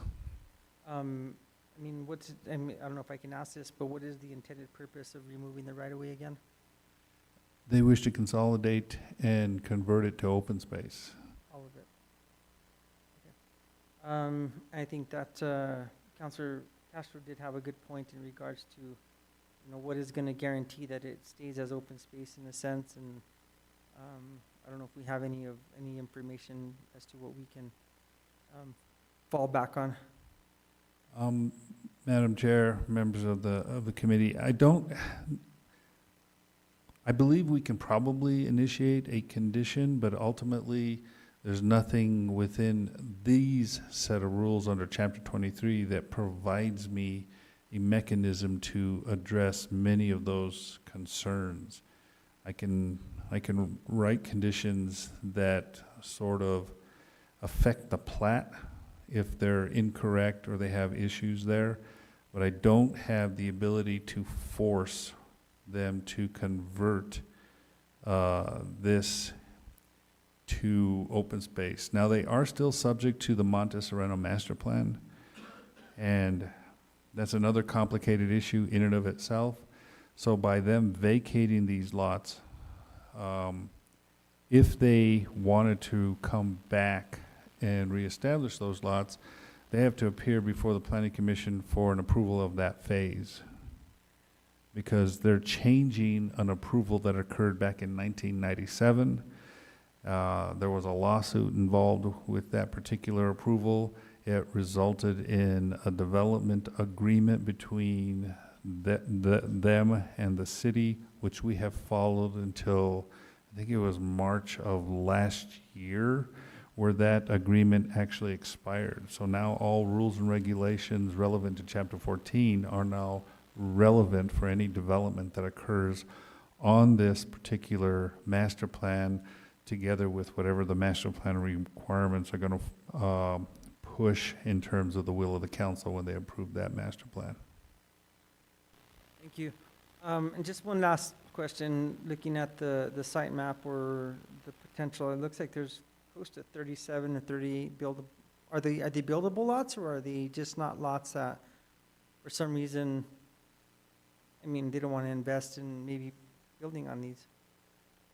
I think that would be an answer that the applicant would be best, because it's their request. Do we have the applicant here? Yes.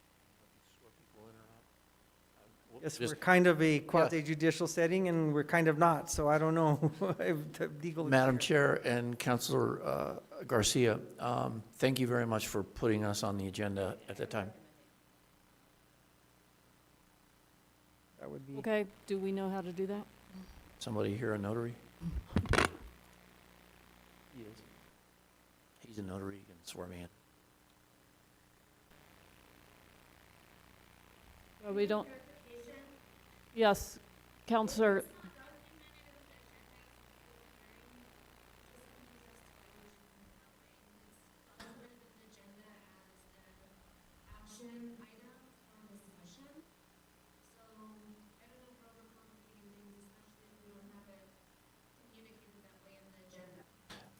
Madam Chair, I don't think this is a quasi-judicial thing, and I'll just tell you why that real quickly.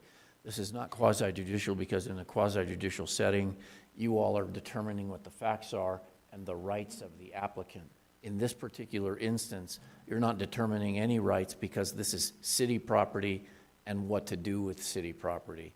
And so you're not determining the rights of an applicant. You all are making a recommendation on what you want to do with your assets. That's why it's not quasi-judicial. I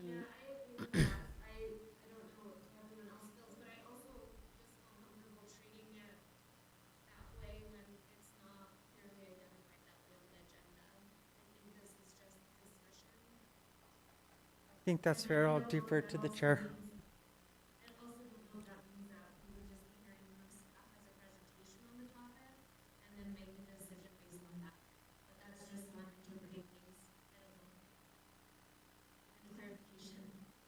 Okay, so, I mean, I don't know who has authority to make calls here.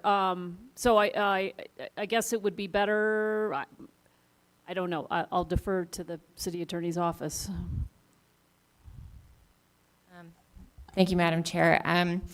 We do have quasi-judicial discussions, and we have them on appeal hearings fairly often, or appeal matters when there's a matter that comes before the governing body that's not a public hearing, but there's going to be a determination about whether or not to set a public hearing. And so we do have those as discussions, but I would say those are quasi-judicial matters. I think that this is a situation where we're applying the code to facts. It's not a legislative proceeding.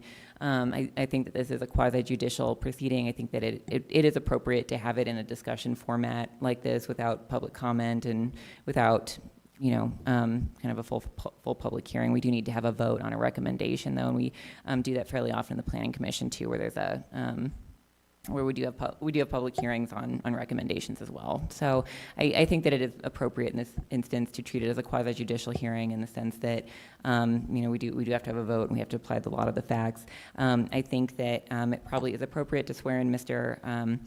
Sommer, just because it sounds like he is being asked to testify to some facts about whether the lots are buildable. I don't think that's any kind of a legal conclusion. I think that's facts, and I think that for purposes of making a clean record, I would recommend that he be sworn in. Mr. Escabel is qualified to do that, and so I think that's fine for him to do that in this instance. I guess the only other question I have is that question relevant to what we're here for? I mean, it's sort of extra, and maybe, you know, that's a matter left to the Planning Commission. Thank you, Madam Chair.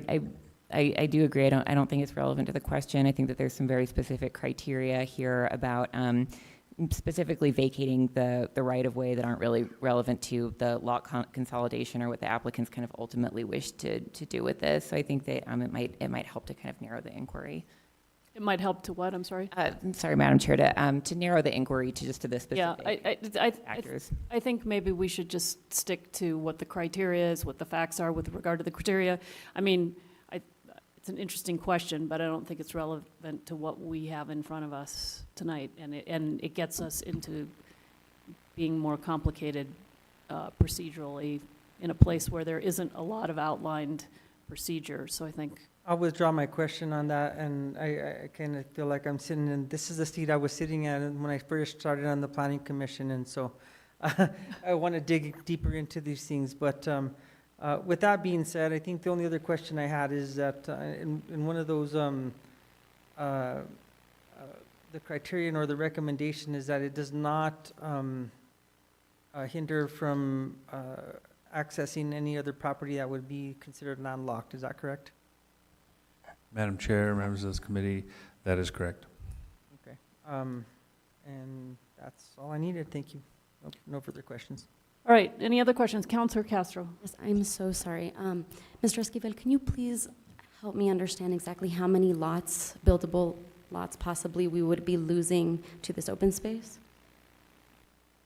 Well, they're not lost because they're I apologize, I'll rephrase. In the first plat, there was an initial number of lots that will, if the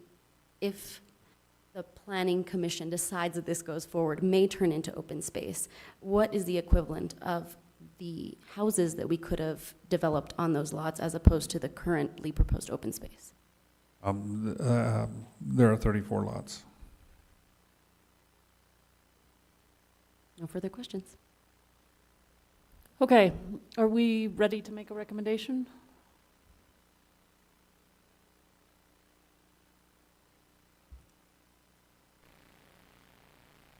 Do we have a sample motion, or is it just basically? Madam Chair, yes, it would be on, I believe, the second page. I can bring that up to, Yeah, my Councilor Lee Garcia? Okay, I'll go ahead and make the motion. I'd like to move that this committee recommends approval of case number 2023-7653, vacation of a 44-foot wide public right-of-way identified as Bel Canto Way and 38-foot wide right-of-way identified as Via Tosca, subject to conditions listed in section 2, table 1, technical corrections. Do we have a second? We have a motion and a second. Any further debate, conversation, discussion? Can we get a roll call, please? Counselor Castro? No. Counselor Chavez? Yes. Counselor Lee Garcia? Yes. And Counselor Romero Worth? Yes. Motion passes. Thank you. Thank you all for being here tonight.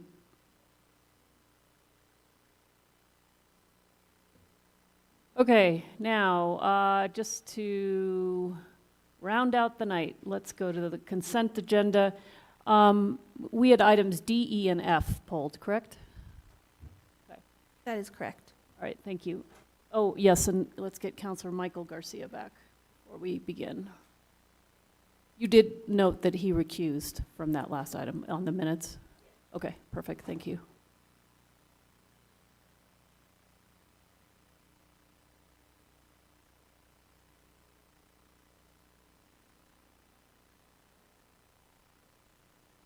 Item D, request for approval of professional services contract with IT Connect for program management, utility billing modernization, and business process support in the total amount of $4,390,681.50 for 2 years. And we have Director Dupuy and we have Ms. Carla Monroe again. And Councilor Garcia, Michael, you pulled this, I believe? Yes, Madam Chair, I did. Thank you first for the presentation earlier. I apologize for missing it, but I was able to tune in, and you did answer a lot of the questions I had, so I appreciate that. You did address, and I know it was talked about, the travel, but I consistently will go back to the challenges I have with whether it's this contract, which proposes nearly $500,000 in travel, or the next item, which we'll be talking about, which has travel. So to help the public understand, can we help learn more why there's travel involved, who is traveling, where are they traveling from, how many trips, et cetera? Yes, so I'll make sure I get this the right way. Madam Chair and councilors, okay? I can answer that question for you. So I actually live in South Carolina. I used to live here for 10 years, and I travel here. But for this project, I will be here the first 3 months nonstop because it's very important. We didn't know if we'd be able to find the talent that we needed locally. So when we put the schedule together and then we put the cost together, we included travel for everyone. Since we have done that for 2 of the positions, I almost had 3, but I gave someone to IT. But for 2 of the positions, we've been able to find someone from Albuquerque. So those 2 won't need travel. And what we did was put the maximum amount in, so we wouldn't have to come back and ask for anything else. But we shouldn't even be near the max for travel. But I know that I will travel. The product manager will probably travel because that's very specialized, and it may not be able to find anyone local for that. But I did find someone for training, and I found someone for testing coordination, and I'm currently looking for our technical and business analysts locally. I can probably find a business analyst that I can assist, but probably not for the technical analyst. Gotcha. Okay. I appreciate that. And just to dive a little more into the weeds, when travel costs are incurred, is it just, airfare and hotel, or is it airfare, hotel, per diem, incidentals? So what I normally bill is airfare and hotel. I don't really do food because I have to eat anyway, although people can bill for food. I just technically don't because I'm going to eat. Gotcha. Okay. Home or not. Thank you. I appreciate that. And I appreciate you beginning to recruit locally, just because I look at it from a different perspective of another employee that might be working on this project that is a full-time city staff, and they're not getting the benefits of mileage to and from their home, help with housing costs, et cetera. And so I understand in instances it's sometimes necessary, but I would like for us, and I'll look at you, Director Dupuy, because you're the one bringing the contract forward or in charge of this process, to let's try to steer away from not looking internally for talent here within the community, just because we want to ensure we are building that robust repository of employees that can help build a sustainable process for this. So, Councilor Garcia, can I yes. respond to that? Sure, I'll give you an absolutely. example. So the reason that if you look at the number of positions for the IT Connect, based on our last meeting, when your request was, how do you make sure that we can sustain having project management and having business analysis and technical analysis? So we have a project coordinator that we have there too, which is something that I could do. But since 50% of my time will be training other people. I don't know if you heard earlier in the conversation when we were talking about the SOPs and the training. And no, I won't be here to do that, but I will be training the person that will be doing that so that you have people. I grew up in state government, so I know what it's like with employees when they look at contractors and say they're making all this money, but we're not making this money.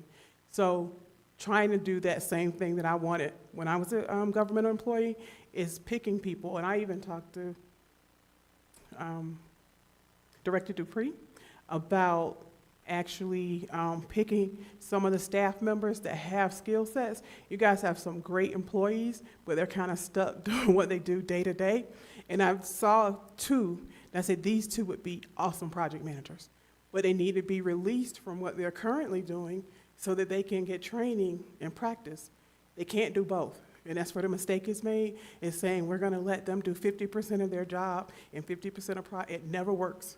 They end up doing 100% of their job and then 100% of project management. So we have been working on a program to make sure that it's sustainable.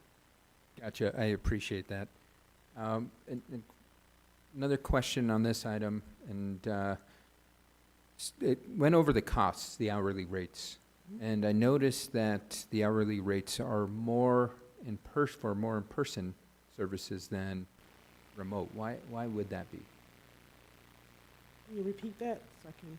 So, and this is on page, just for your reference, so you can see it. I apologize. Page 45 of this report, that it outlines that the hourly rates for in-person services and person supports are higher than remote. And just out of curiosity, why does it cost more for somebody to provide services in person than off-site? And that is in the IT Connect? Yes, that's the item. Yeah, that's the item we're chatting about now.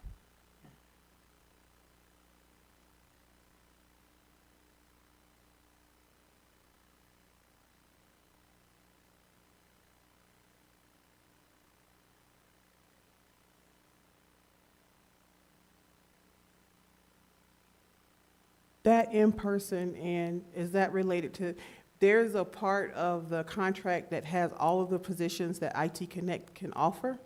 I don't think that's any of the positions that we're referring to in this particular contract with the, I think they are. So the way 6, 7 I'm reading positions. it is, let's see.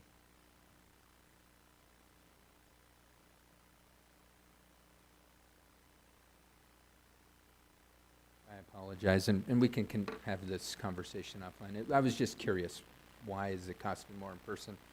And the last question I've got is, can you help me understand the relationship for this item and your role with the city? My role is, for this IT Connect, I am actually the program manager. And so I can I project something? Well, and I think that's just to, and yes, the answer is that, can you project something? But I guess the reason why I ask is it's pretty uncommon to have a contractor come before us asking for approval of a contract versus a city staff person. And so my question is, why isn't city staff testifying to this? Nancy is out of office. She's a medical appointment. I understand that, but at the end of the day, Nancy is city staff, and she is the one who would be ultimately responsible for this, and you're not city staff, so I apologize, and I think that's where, I'll be frank, if Nancy's not present, then we should have postponed this item to have her be present, because I've never seen a contractor come before us saying, hey, approve the contract for my entity. I feel very uncomfortable being put in this position. Counselor, I don't know, promoted or demoted you, I don't know which. Director Dupuy. Not my role. Thank you, Madam Chair, Councilor Garcia. I express some responsibility and understanding of what you're saying. Ultimately, I stand in place for Nancy, take any responsibility relative to her oversight of the project while she's not here. I'm actively looking for additional support because we have received notification from her that she'll be out for a couple month time period. We're working around it. So ultimately, I scrutinize anything that is being explained by our consultant, Ms. Monroe, and ultimately, I know she has the ability to articulate it better, but there's nothing that she said that I don't agree with 100%. And I'm not discounting the testimony by any means, so please don't take that away from the conversation. But, you know, for example, look at, you know, item C, which was a general services contract with Serrano Trucking. If that item had been pulled, the representative from Serrano Trucking wouldn't be saying, hey, approve this contract from us. That's just not the way the process works. So I think this should be postponed until staff presents it. Not, I apologize, but not an outside contractor. And I think that's the way the process should work for any item, not just this item. Any contract that's being brought forth needs to be presented by staff because this is staff asking for the contract to be approved. I think we can remedy that pretty quickly. We can have Ms. Monroe stand down, and we can have Director Dupuy at the podium, because I think he's ultimately, Sure. and Nancy Jimenez is on the item, so, thank you. Other questions?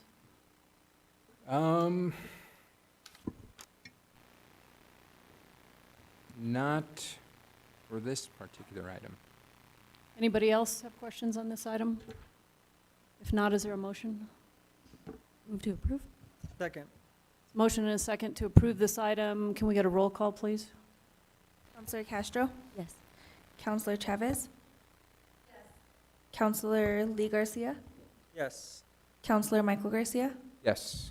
And Counselor Romero Worth? Yes. Motion passes. Okay, we're on to item E, request for approval of general services contract with Advanced Utility Systems for implementation and support of the CIS V4 and Customer Engagement Portal for utility billing in the total amount of $3,493,560, excluding NMGRT, for 5 years. And we have Director Dupuy here to answer questions. Councilor Michael Garcia, I think you pulled this as well. Yes, I did, Madam Chair, thank you. My one question is, will this new advanced process be able to directly talk to Munis? Madam Chair, Councilor Garcia, we have components that are built out through the process that allow for that. That's correct. Okay, so there won't be any challenges, hiccups, or anything with the two platforms? There will always be challenges, but we will work through them. Otherwise, the project will not be complete. So that part is anticipated in the project description, and it is part of their scope to work through that until it's remedied. Okay. No other questions? Thank you, Madam Chair. Councilor Castro. Thank you so much. I am actually a little bit sad that we don't have Director Jimenez here because I have some questions about billing. In particular, I'm concerned about the low-income credit program that we have and if that's going to be able to integrate with the new digital platform. I know some folks have been concerned about mobility issues and getting to the actual office to submit those forms. Would we have that as a capability? Madam Chair, Councilor Castro, that's something that this new software facilitates, improved services, and ultimately customer engagement has shown exactly what you just said, that that's desired. We want to have software that enables us to provide those requests, and this allows for that. Thank you. No further questions. Is there a motion on this item? Move to approve. Second. We have a motion and a second to approve this item. Can we get a roll call, please? Counselor Castro? Yes. Counselor Chavez? Yes. Counselor Lee Garcia? Yes. Counselor Michael Garcia? Yes. and Counselor Romero Worth. Yes. Motion passes. Thank you. All right, last item of the night is item F, consideration of resolution 2024-blank. Counselor Carol Romero Worth, Counselor Alma Castro, Counselor Amanda Chavez, a resolution directing the city manager to investigate the feasibility of relocating the Soldiers Monument to the Santa Fe National Cemetery, and if feasible, to take appropriate steps to relocate the monument, recognizing the distinct purposes of the plaza and the monument. We do have the city attorney here on this item. I believe Councilors Michael and Lee Garcia pulled it.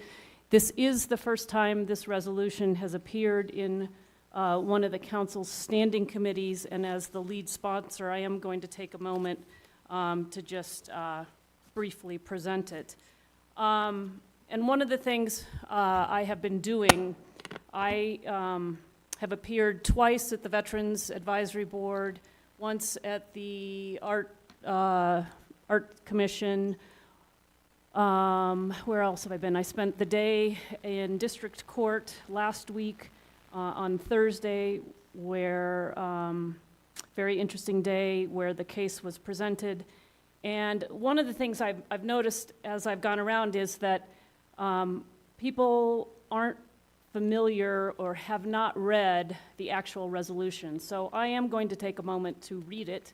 I do think it's helpful.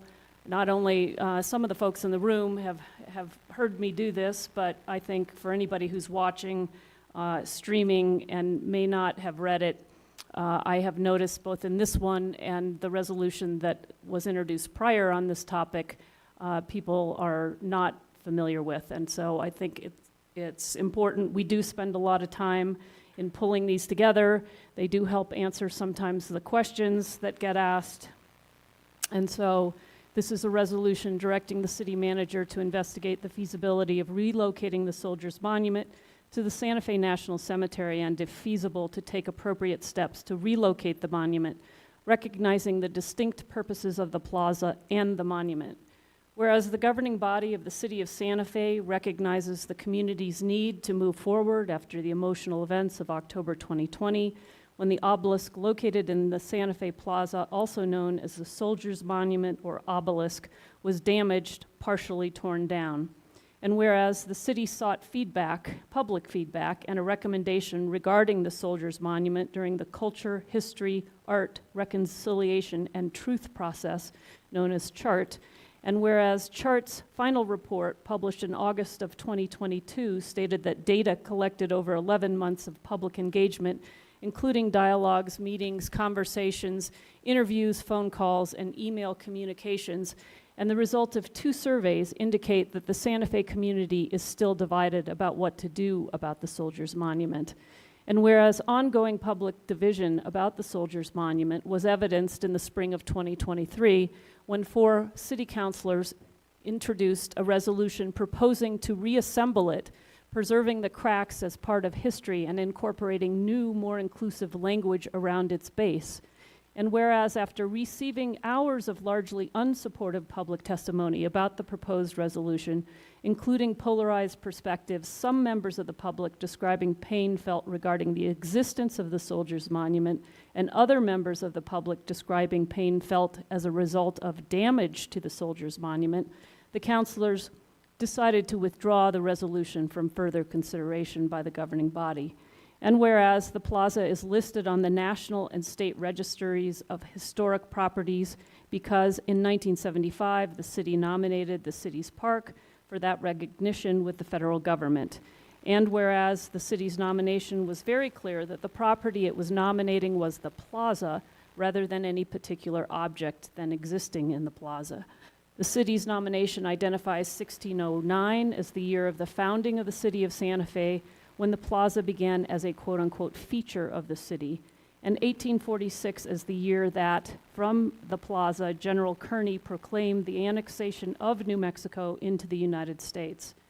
And the city's nomination describes the condition of the plaza as quote-unquote altered, having decreased from 2 city blocks to 1, and now including landscaping, flagstone walks, benches, and cottonwood trees. By contrast, quote-unquote, in Spanish times, the plaza was once twice as large and, quote unquote, an open expanse of packed dirt.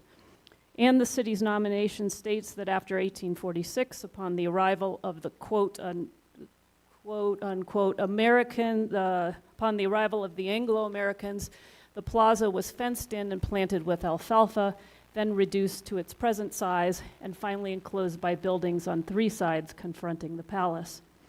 And the city's nomination described the plaza as a quote-unquote site rather than a quote-unquote structure or quote-unquote object. The quote-unquote present use as a park, quote-unquote park, rather than a quote-unquote museum, quote-unquote government, or quote-unquote military, among other options. Described access as unrestricted rather than restricted, quote-unquote, and described the significance as quote-unquote transportation, with the explanation that beginning in 1821, the trade route to Santa Fe from the United States was opened, and the quote plaza provided the final goal for the caravans on their 8 or 10-week journeys, end quote, for traders and travelers on the Santa Fe Trail. And the city's nomination describes the Soldiers Monument as present in the plaza. Quote, a soldier's monument erected after the Civil War, but did not identify the Soldiers Monument as the basis for the plaza's significance, nor did it identify the significance of the plaza under any of the following available options, quote-unquote sculpture, quote-unquote military, quote-unquote politics/government, quote-unquote art, quote-unquote exploration/settlement, or quote-unquote landscaping architecture. And whereas the Soldiers Monument's purpose is distinct from the plaza's, the Soldiers Monument was funded by the territorial legislature of New Mexico in the 1860s and erected on federal land to recognize local veterans. 3 sides of the base of the Soldiers Monument commemorate soldiers who fought in the United States Civil War and battles with Confederate forces, including in the Battle of Glorieta Pass that allowed the Union to retain control of the American Southwest.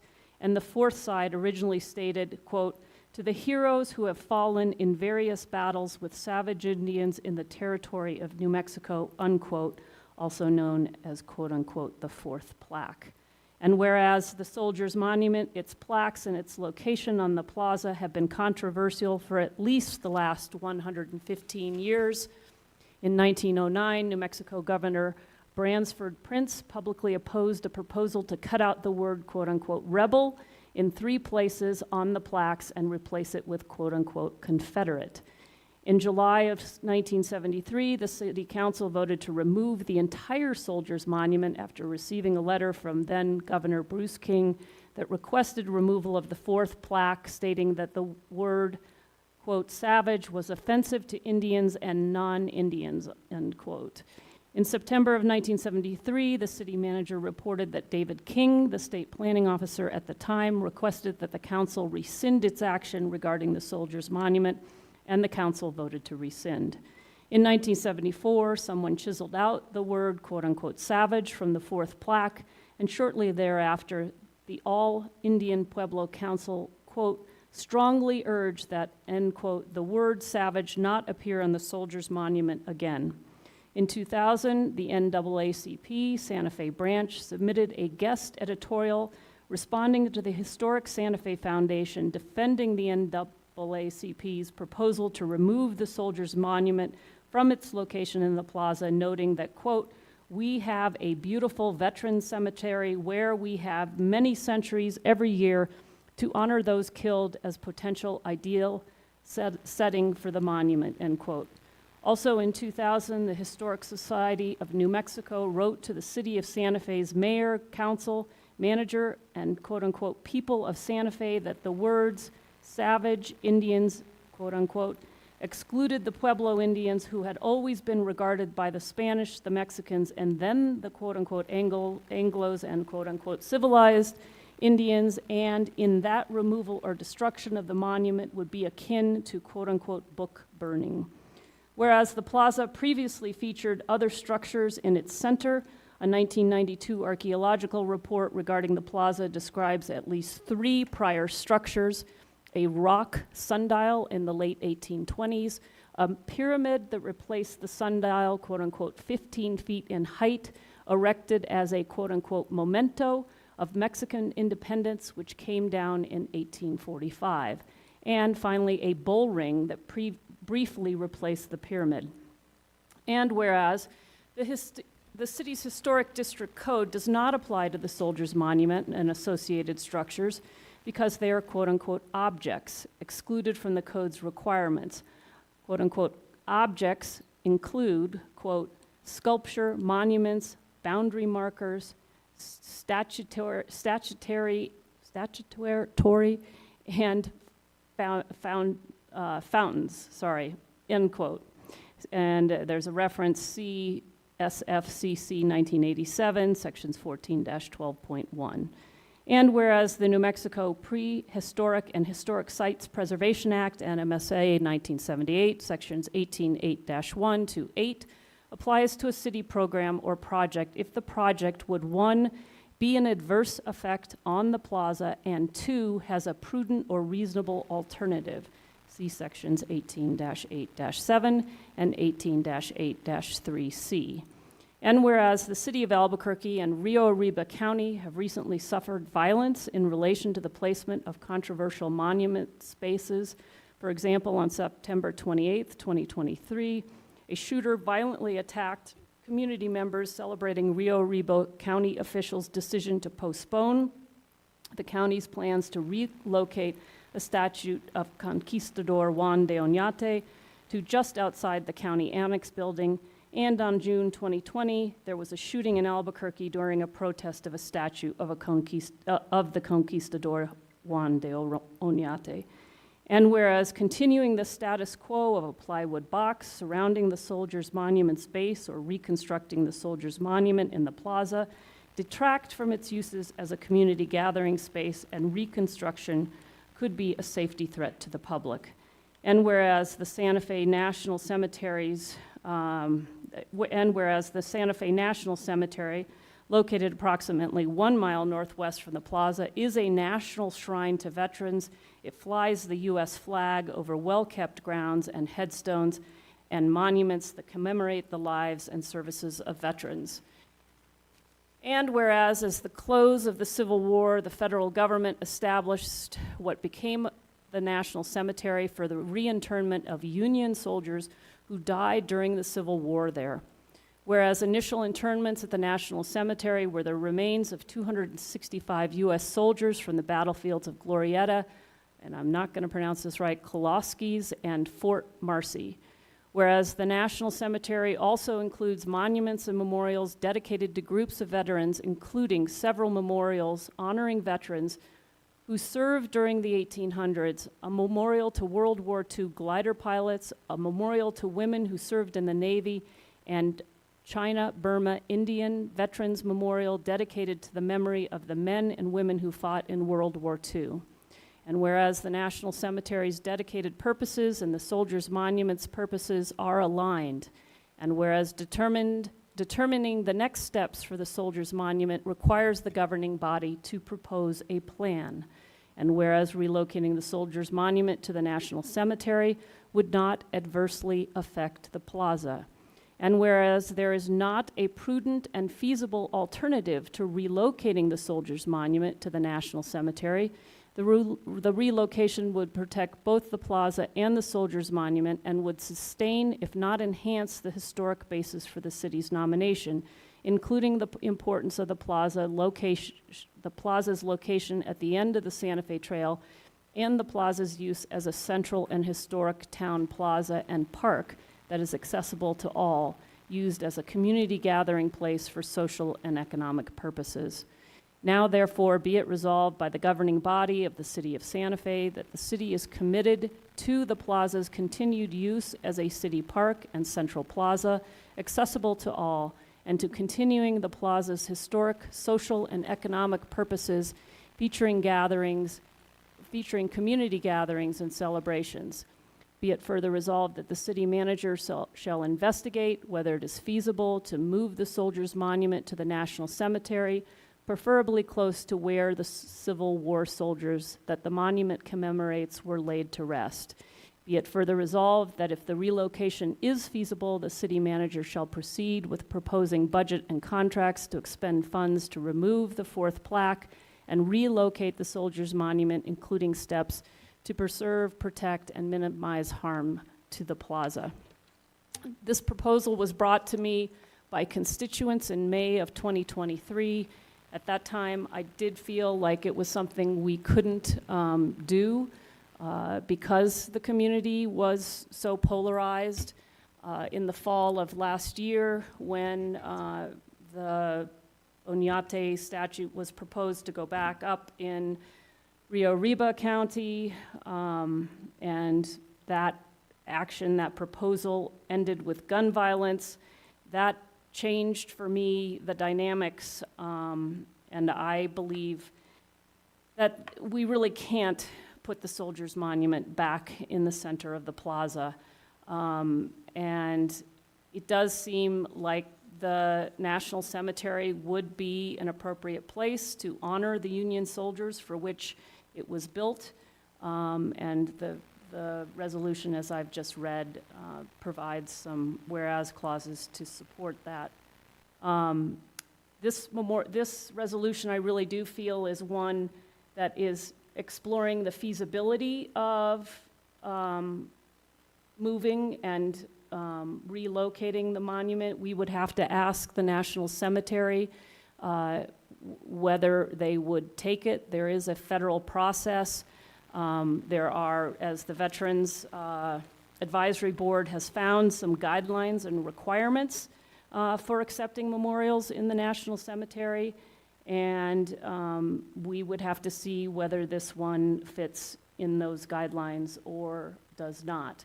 But we can't even begin to look at that until the governing body says, yeah, this is something we want to do, and then a formal ask would have to be made to the National Cemetery.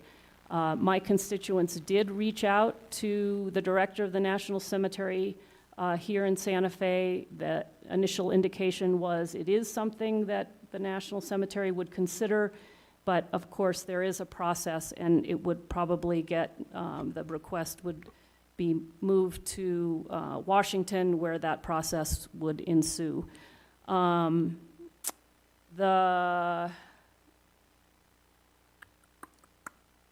think that's kind of what I wanted to talk about. I do want to make folks aware that after attending the Arts Commission, the Veterans Advisory Board, and spending a day at the District Court, there are a number of amendments that I would like to make. I do not have them to offer tonight, but want to kind of signal to folks they will be coming. I did hear from the Arts Commission members that some whereas clauses acknowledging the history that came, more history that came before the Soldiers Monument would be helpful, particularly that recognizing Indigenous and Native Americans and their presence prior to the plaza and the monument, the Soldiers Monument, being built in the plaza. So I will be bringing some language that acknowledges that history and kind of expands the scope of what we're looking at. I also want to add, and I've spoken with the co-sponsors, they are in agreement. I also want to add the report back. One of the other things that we need to do to understand the feasibility of this proposal is to look at what would be required to rebuild the monument. And we can't hire those experts until, again, there's a project or plan. I think passage of this resolution would be a project or plan, and we would hire those experts to look at what would be required to rebuild the monument. I would like that report, that feasibility report, to come back to the governing body for our review so that we know what would be involved. and I will be bringing an amendment to that. And then finally, after spending the day in court, as we have seen in this chamber, I have seen in other advisory committees, people care deeply about this monument. And on all sides, there are strong emotional ties. It's an important monument. And I think it would be honored by placing it in the National Cemetery in the context for which it was built. And I think it's very important to many to see it rebuilt. And so maybe this is a way to put it in a place where it can be honored and it can represent what it was originally meant. And maybe we can also, by doing that, address the harm people feel from having it in the center of the plaza. With that in mind, because passing this resolution would be a project or plan under the New Mexico Prehistoric Historic Sites and Preservation Act, I would, while I don't think it's required, I will be bringing an amendment to say that we would allow for the proposal to move it to the National Cemetery will go through the state process. The SHPO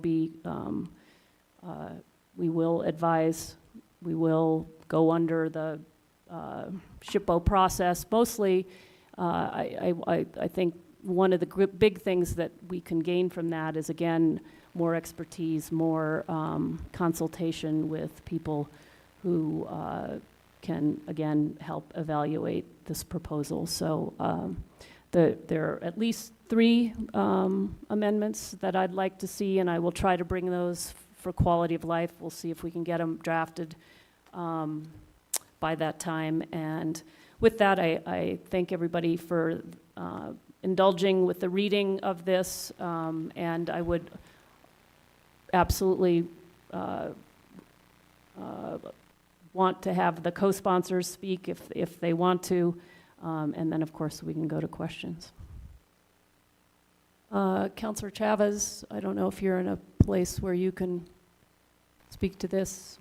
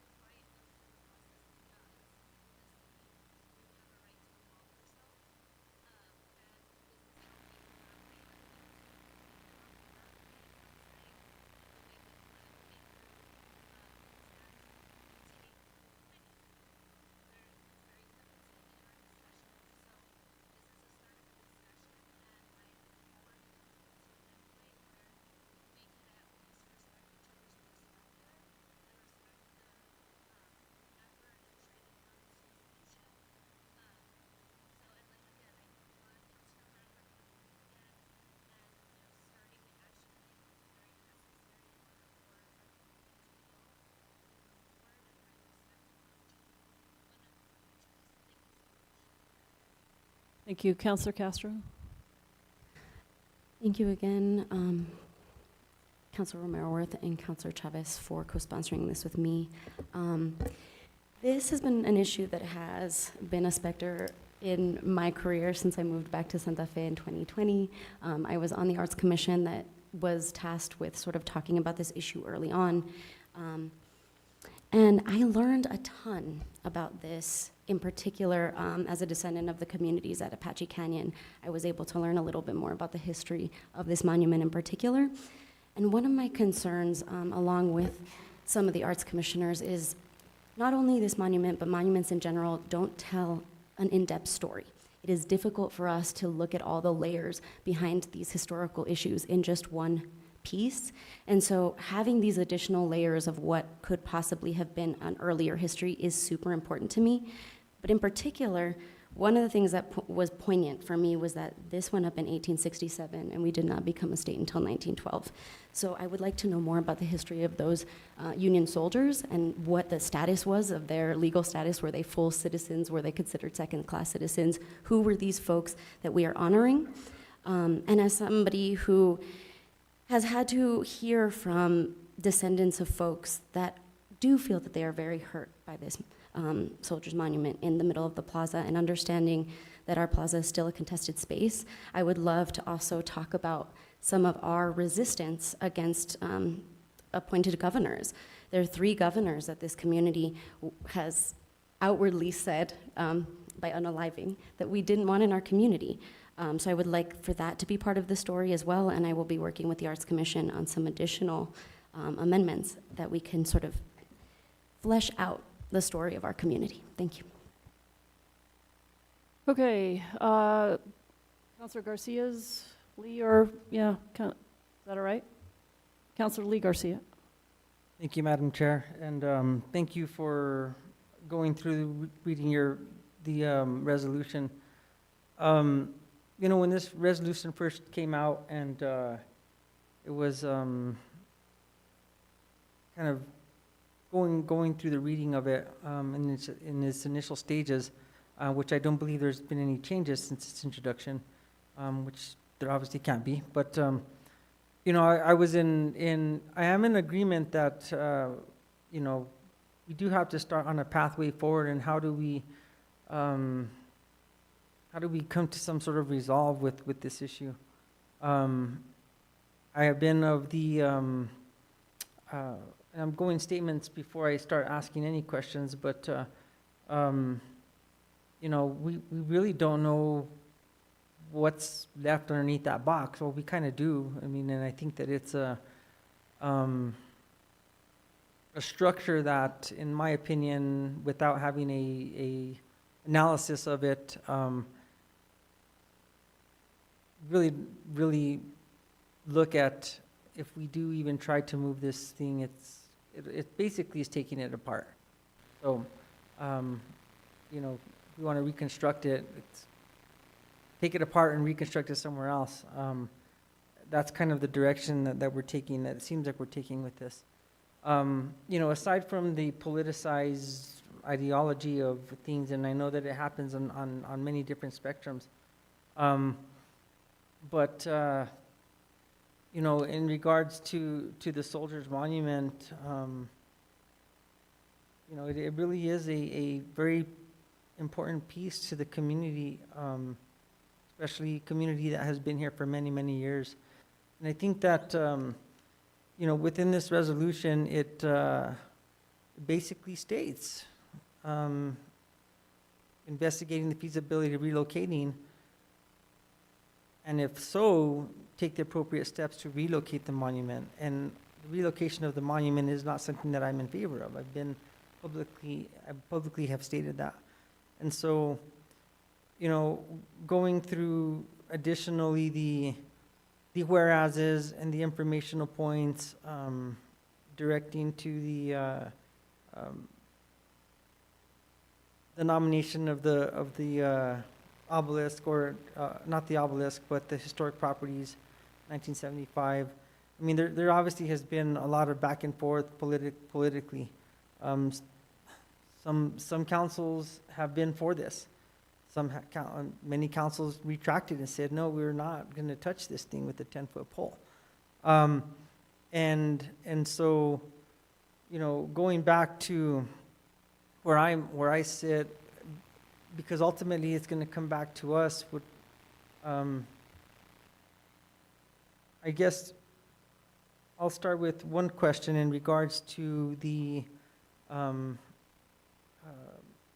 current lawsuit that we're in right now. And I guess this would be for Councilor Romero Worth, since you were at the trial hearing. And so where do we stand in regards to if we were to push past this through, even with its amendments, where do we stand still as a governing body in making any kind of decision on this? Yeah, so I might ask for the help of the city attorney. We don't have, I believe it's the city's position that we do not have a proposal or plan for the obelisk. This would be that, and I think the court is evaluating, well, I'll let the city attorney speak to this because I think she's much more versed in. Or Councilor Merworth, Councilor Garcia. So the case is ongoing. There's going to be findings of fact and conclusions of law submitted by both sides in 10 days from today, or 10 business days. And then the judge will make a decision on that. I think it doesn't necessarily impact this, but we'll see. And then if it did, you could change it. And then the city will have a decision to make about whatever the outcome of the court case is too. So in a project or plan would be something that would have an adverse effect on the site. So depending on whether or not whatever it is does have an adverse effect. But the city could still voluntarily go through the state process, which I think is what the councilor is recommending that she might pursue as an amendment. If the city were voluntarily going through the process, then it would be going through the process that is being advocated for in the lawsuit. The lawsuit is asking for reconstruction of the Soldiers Monument, and in the alternative, asking for an injunction against any spending of city funds for anything other than putting it up. That both of those options seem to subvert the state process that is being requested to apply, because the state process doesn't involve a judge ordering the outcome. It involves a public hearing and consultation with the state, and then a finding of no prudent or feasible alternative to what's being pursued. You first have to have something that's being pursued, and then you have to consider alternatives to that. So in regards to that, can you go a little bit more into that? What would be, I guess, put that in kind of layman's terms for me, because Sure. So what would it look like to go through the state process? I think whatever the city decides is going to be its action, we would have to decide, do we think this is an adverse impact? If you wanted, so I think part of the decision-making on going through, so the way that the resolution currently reads is that the proposal is not an adverse impact. That's how it currently reads. I'm not sure what the amendment's going to do on that per se, but it's a discussion we could all have. Regardless of that, the city could decide to reach out or not. Typically, it would be if there's an adverse impact, then that's when you would reach out to the state to get a determination to see if there's concurrence on that point. And then from there, we would go through a public hearing, and then there would be findings that would come out of that about whether or not there's a feasible and prudent alternative to what's being proposed. And if so, to do all the possible planning to mitigate the adverse impact and that type of thing. So I think some of these evaluations and expert opinions would help the city to determine what type of mitigation of what type of impacts are identified if you do go through that process. It's not something I think we can predict without assistance. So then in regards back to the case, and we don't know what the outcome will be, it is the position that we're taking here that does it not matter what is brought forth by the case, that we could still go forward with a resolution such as this? Councilor Garcia, I don't know what they're going to do, so that'd be really hard to say. But I think whatever the outcome is, there should be a legal way for the city to proceed with some sort of, I mean, the city has to be able to have some sort of plan and then evaluate it. Speak a little bit to in regards to, so obviously the direction is to take appropriate steps to relocate the monument, which is part 2, recognizing the distinct purpose of the plaza and the monument. And so, it really comes down to then what it seems like is our decision to either reconstruct it where it stands or move it. And it's a really simple question. That's very complicated because there's quite a lot of controversy around this. And so, I guess the other thing that we allude to is that the, where am I at?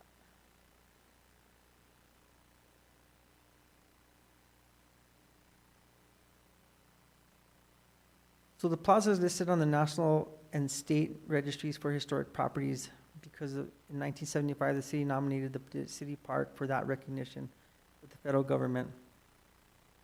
City's nomination, that's quote unquote. And so what relevance does that have to do with the obelisk being a part of the plaza or not a part of the plaza?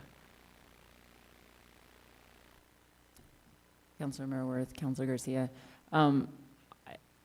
When you say part of versus not part of, I think part of the testimony that Councilor Merworth, I think, witnessed last week was about whether something was significant versus whether it was a physical portion of the plaza. So part of what the judge is evaluating is whether the protections of the state act apply to things that are physically described in a site versus the significance of the site. Because the monument is described along with the cottonwood trees and the sidewalks, but it's not listed in the significance section, which talks about the site being at the end of the Santa Fe Trail, the location of General Kearney's proclamation, and the location of traditional community and social gatherings, economic gatherings.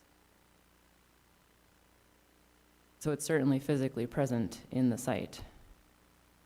But whether that means it shares the same protections, there's not any sort of legal guidance on that point. Right. But if you were to extend the same legal protections to everything that is physically in the site, so the opinion, the proposed theory of the case is that the box, the sign, and the shrubbery should have triggered state consultation and a public hearing. The case is about the actions of the box, the sign, and the shrubbery. Those are the city actions that are at issue. And the mayor's proclamation that expired as a matter of law in 2020. So those are the city actions that the plaintiffs are advocating as being a program or project. If those are programs or projects, there are a lot of other things that the city does that are programs or projects. So then, Christmas lights, Like Christmas flowers and lights. baskets, returfing the plaza. Like, how many other things do we spend money on that are significant and huge to the physical appearance of the plaza? Repairing sidewalks, painting benches, painting fences. Those are all things we spend money on regularly that impact the appearance of the plaza. Resodding every year. After pancakes for the plaza, on the plaza. thank you. And again, I think that those are all items that I think change with time. I think we're going back to piece of Santa Fe that has been here since the 1800s. And so how do we put those in the same category? And, you know, that's where I'm struggling with this because going back to the part of moving, and I know that the conversation has begun now, in regards to how we do this. And then we could be stopped, I don't know. But at the same time, you know, this is such a very,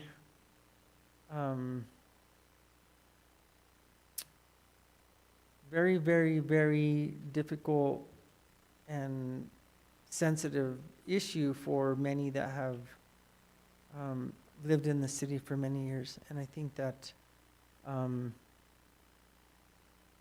again, I think that from my perspective, I believe that we do need to find out what the status of the base is. I mean, obviously from my perspective and from what I've seen in past pictures, it is just the obelisk part of the base. And I come from the perspective that I do believe that healing can happen if the right conversations are made between people. And I don't know, you know, taking this object and just moving it, put it away in a closet somewhere, doesn't fix the real root of the issues, which is people having conversation with each other. I grew up in a community where, you know,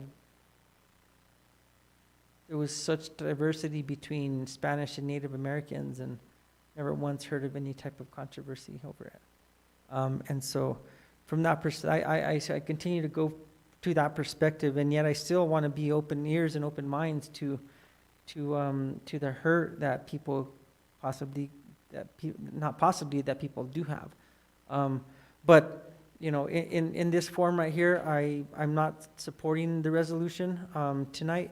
I think that I'd really love to hear more about amendments, and I do wish that we as a city could really find out, you know, chain of events, what happened, because I think a very, very a weak moment in our community has brought us to this point where we're having to make some very difficult decisions, and it's not easy, but I really do feel that through good conversation we can get there. But with that, I'll yield the floor. I don't have any other questions. Councilor Michael Garcia. Thank you, Madam Chair. Thank you, Councilor Garcia, for your questions. You had some of the same ones I did. But kind of going off of the comments you concluded with, I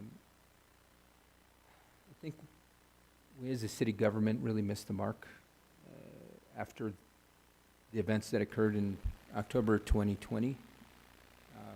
Reason being, we should have immediately begun the process to solidify ownership,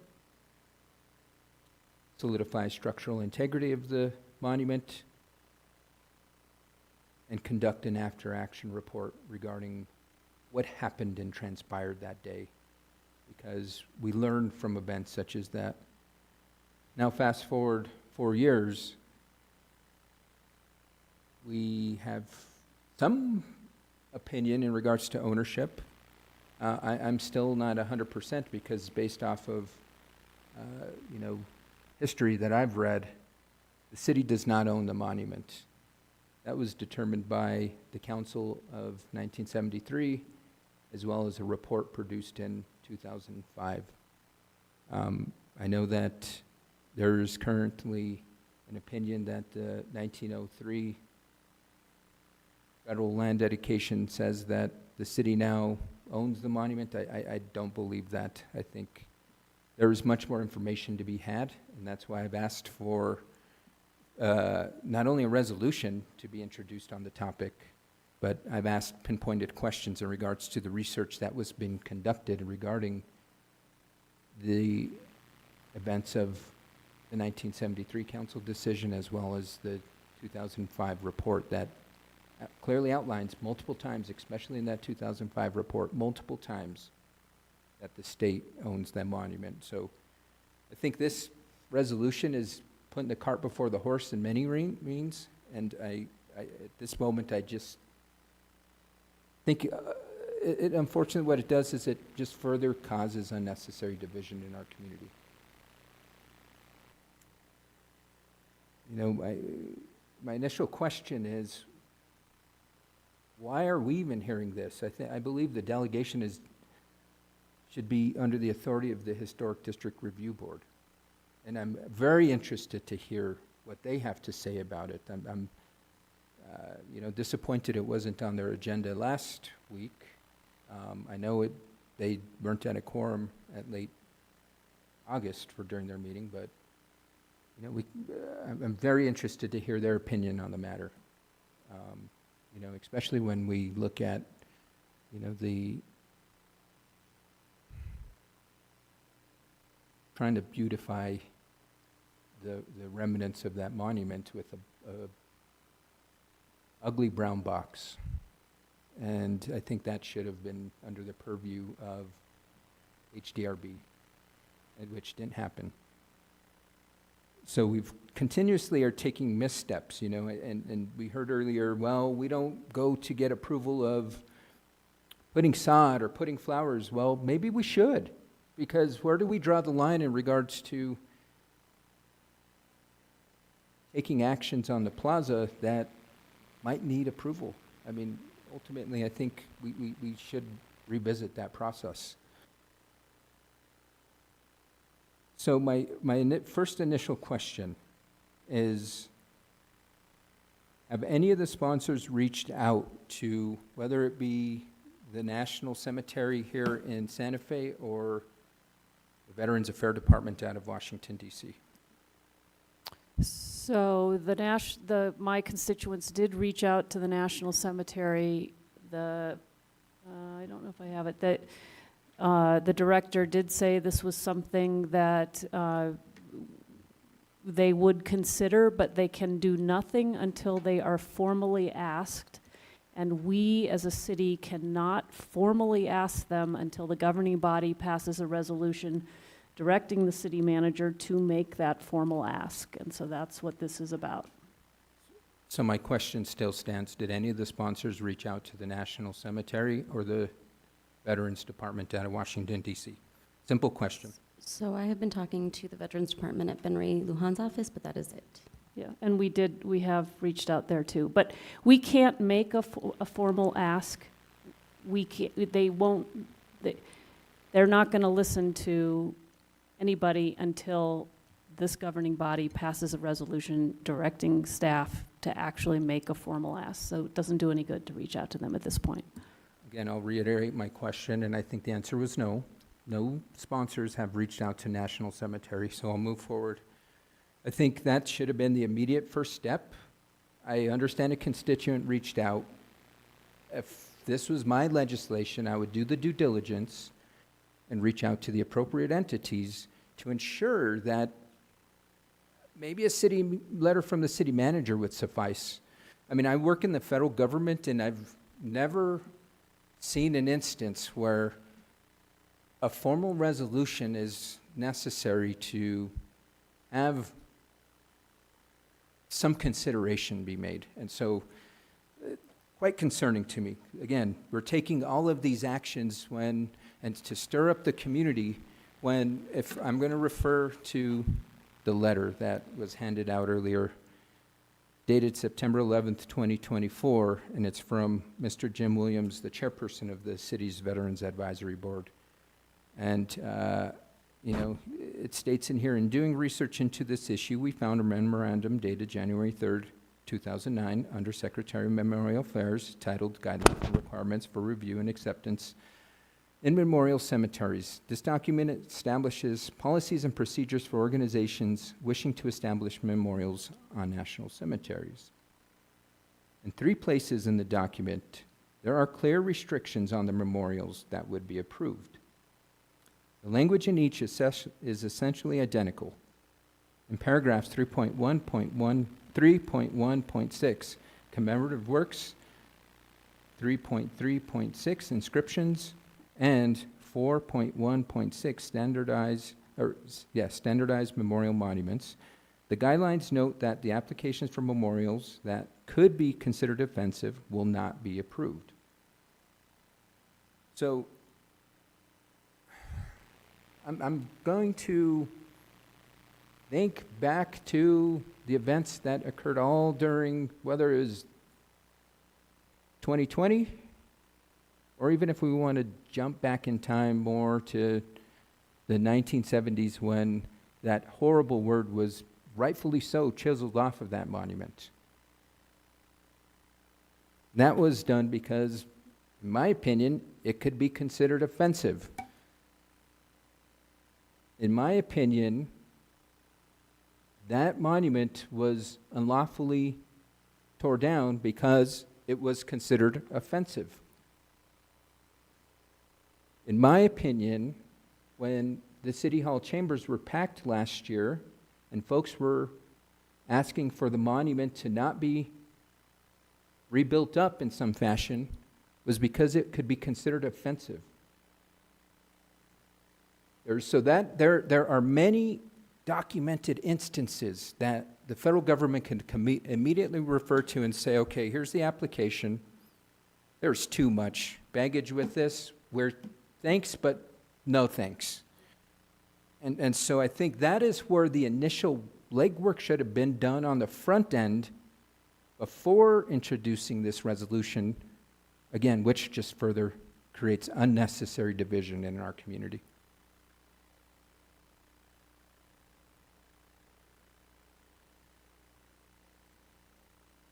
So my next question is around the next step. So I'm going to refer to the last be it resolved, which I think, again, I don't understand this, because if I've never seen something where if it is feasible, then we say we're going to do this. I think you can't, let me ask this, how are we going to define feasible? Because what might be feasible for one might not be feasible for another, might not be feasible for another person. When we look at just the makeup of the governing body, we might have 9 different definitions of feasibility. And so I can understand the second be it resolved and looking and investigating if it's feasible. But I have serious concerns and challenges with incorporating this last one, saying, we're going to do this if it's feasible. Well, I think that should come later. So I am going to introduce an amendment that strikes that, because that should not be in there. That should be a later discussion based off the information and data that's provided to us. That way we can make that determination as a governing body based off the evidence presented. So that's an amendment that I will have coming forth. Now, when we get to the timeline, and another amendment that I will be bringing forward is that we need to clearly establish ownership and structural integrity before we even go ask another entity if they want to take on this monument. So that is another amendment that I will be introducing. And it will be before the city manager even reaches out to the National Cemetery. Because we have to do our homework before we start asking others if they're willing to take on this monument. That way we fully have an understanding of what it would take to do this. So through this letter that was given from Mr. Jim Williams, I clearly see their outcome of their meeting, which was, for those members that don't have this, or the public, It's in the packets. Okay. It's available on PrimeGov. Okay, so I'm going to read it just for those that might be chiming in.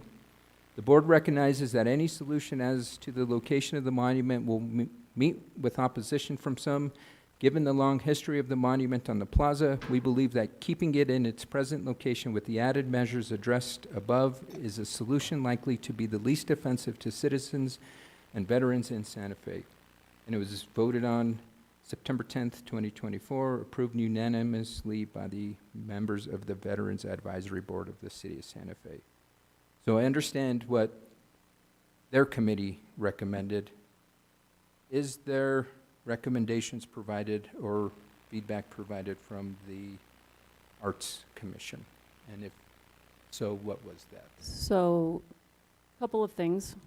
The Arts Commission did not take a formal vote, sort of the way we do in executive session. They had a conversation. They'll be providing their minutes, and I don't know whether those minutes are available or not, but the gist of their direction was that this resolution was something that should be pursued, is something that the feasibility of determining whether the national monument would accept it, whether it couldn't be rebuilt, what it would take to move it, that was worthy of looking at. And so I feel like what we're seeing from the two advisory boards where this has been reflects the division in the community.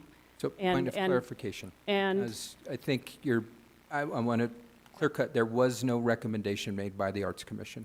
they did not take a formal vote. They chose not to, and they chose to provide their minutes, which basically point to the idea that they think this is a proposal worth exploring. I would also note that just to be clear about what's happened with the H Board, this was supposed to have been with them prior to this meeting, but they did not have a quorum, and so they canceled their meeting. It is scheduled to appear there. I can find the date, but it didn't happen before this meeting. But again, point of clarification, they did meet last week. Did they not? It was canceled for lack of a quorum. They did. Councilor Merriworth, Councilor Garcia, I think for some reason, the options we were given for H Board, I think just the clerk's office overlooked that date for some reason. So the schedule we presented, which I brought for a vote specifically, had the date next week. And that's why I brought it for a vote, because typically we would want it before. You want the advisory, that's why I brought it, because the advisory committees typically meet before, according to your rules, the standing committees. But so we had conflicting guidance, and for some reason, the date that happened in between just wasn't offered, and I don't know why. I think it was just an oversight. So we would have preferred that. Yeah. That would have made more sense. So, but we did approve it. The governing body did approve it to be at the H Board on the 24th. We did, but I think that's where we could have postponed this tonight and waited for H Board, because I think they're a very, as I mentioned early on in my comments, they're a very critical body in this process to me. I think this, ultimately, the process starts with them. So, I mean, and so I'm going to read from our chapter 14, 14-2.6, Historic District Review Board, under section B, delegation. The governing body and the planning commission hereby delegate their authority as set forth generally in chapter 3, articles 19 through 21, NMSA 1978, to the HDRB as described in this section, except those powers retained by the governing body and the planning commission in the Santa Fe City Code. The HDRB shall carry out the city's powers and duties pursuant to Chapter 3, Article 22, NMSA 1978. So I think, I know there's been previous discussion, and I'd have to go back and watch the conversation to get a more recollected memory of the events, but I do recall that H Board was wanting to discuss this, and they were given the guidance by General Counsel that they couldn't. So I'm very interested to see what conversation will be held next week. and can we clarify that? So this proposal is not coming to them as a project. This proposal is coming to them as a piece of legislation. We are asking them to, like the other advisory boards, give us an opinion, or could be take a vote like what the Veterans Group did. It could be like the Arts Commission did, which is give us some recommendations about. Recommendations about what, like, for instance, we heard from the Arts Commission that we need to acknowledge the history before the monument. We could do better at that in this memorial, in this resolution. So those are, that's the way it'll be in front of the H Board, not as a project. Gotcha. But again, I wait to hear their opinion on the matter.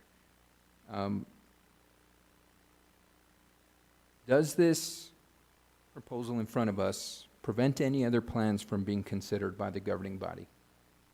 Madam City Attorney. So if if there was a competing resolution, right? Because I think what really the public needs to really be aware of what's being proposed here.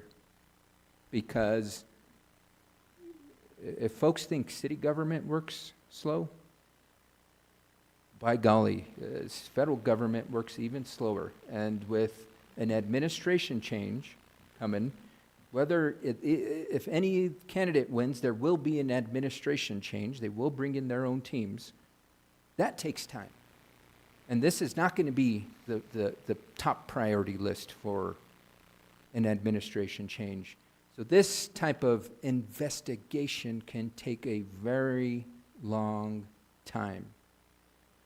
And so my question is, if there's a different proposal being brought forth by a different governing body member, would this resolution preclude them from doing such?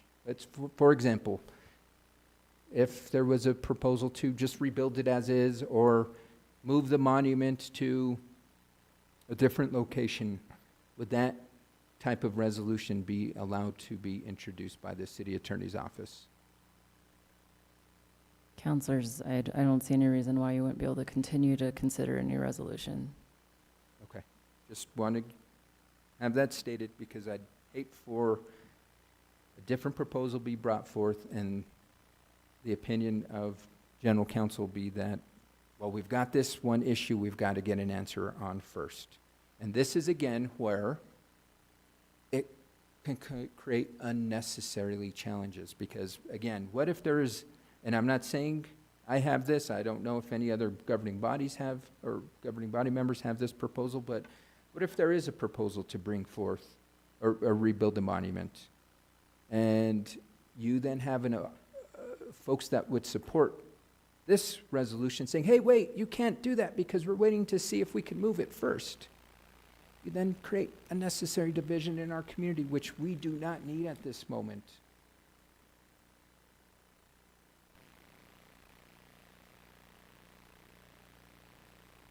Now, when we get to definitions, I think a lot of where we stand in regards to, especially, as we talked about significance of the site of the monument, I think that's where who determines what is significant, because I think, again, whether pro or con of this monument, folks would say it's pretty significant. And that's where when we get to, as stated in the resolution, on pages 6, lines 15 through 16, it says, whereas relocating the monument to the National Cemetery would not adversely affect the plaza. Who determined that? I have never seen a study or report or anything that states that. I guess my question is, whose opinion is that? Because that's not my opinion in the sense it would adversely affect whether it stays or moves. So I guess whose opinion is that?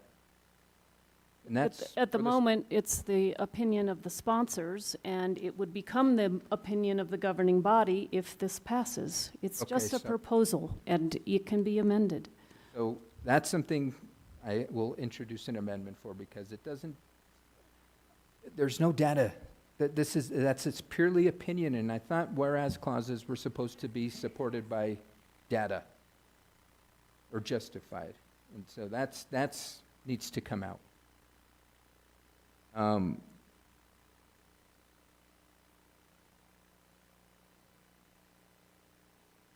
Funds. Counselor, can I just clarify on the whereas clause? If they include data, they need to have a supporting source. If it's an opinion statement, then you just have to either agree with it or not. So you would either support it or not. That's an opinion statement. If it has data, like 3 out of 4 people say X, then yes, my staff will be verifying the data and they'll be looking for that source. But if it's an opinion statement, then we rely on you all to decide what your opinion is, right? We're not going to question it. Okay, so the last question I have is regarding funding. Does this resolution commit any funds, and if it does, what are the funds to be used for? It does have an FIR, and I believe the FIR has no fiscal impact. But we can look. Councilors, I think we have at least the evaluation in the FIR amount. Yeah, So, because that's the definitive request, so it's not, but that part isn't spending funds on the plaza. It is spending funds to evaluate options, essentially. Or something on the plaza? But we're delegating resources for something on the plaza, ultimately, right? You're delegating resources to conduct a survey about something on the plaza.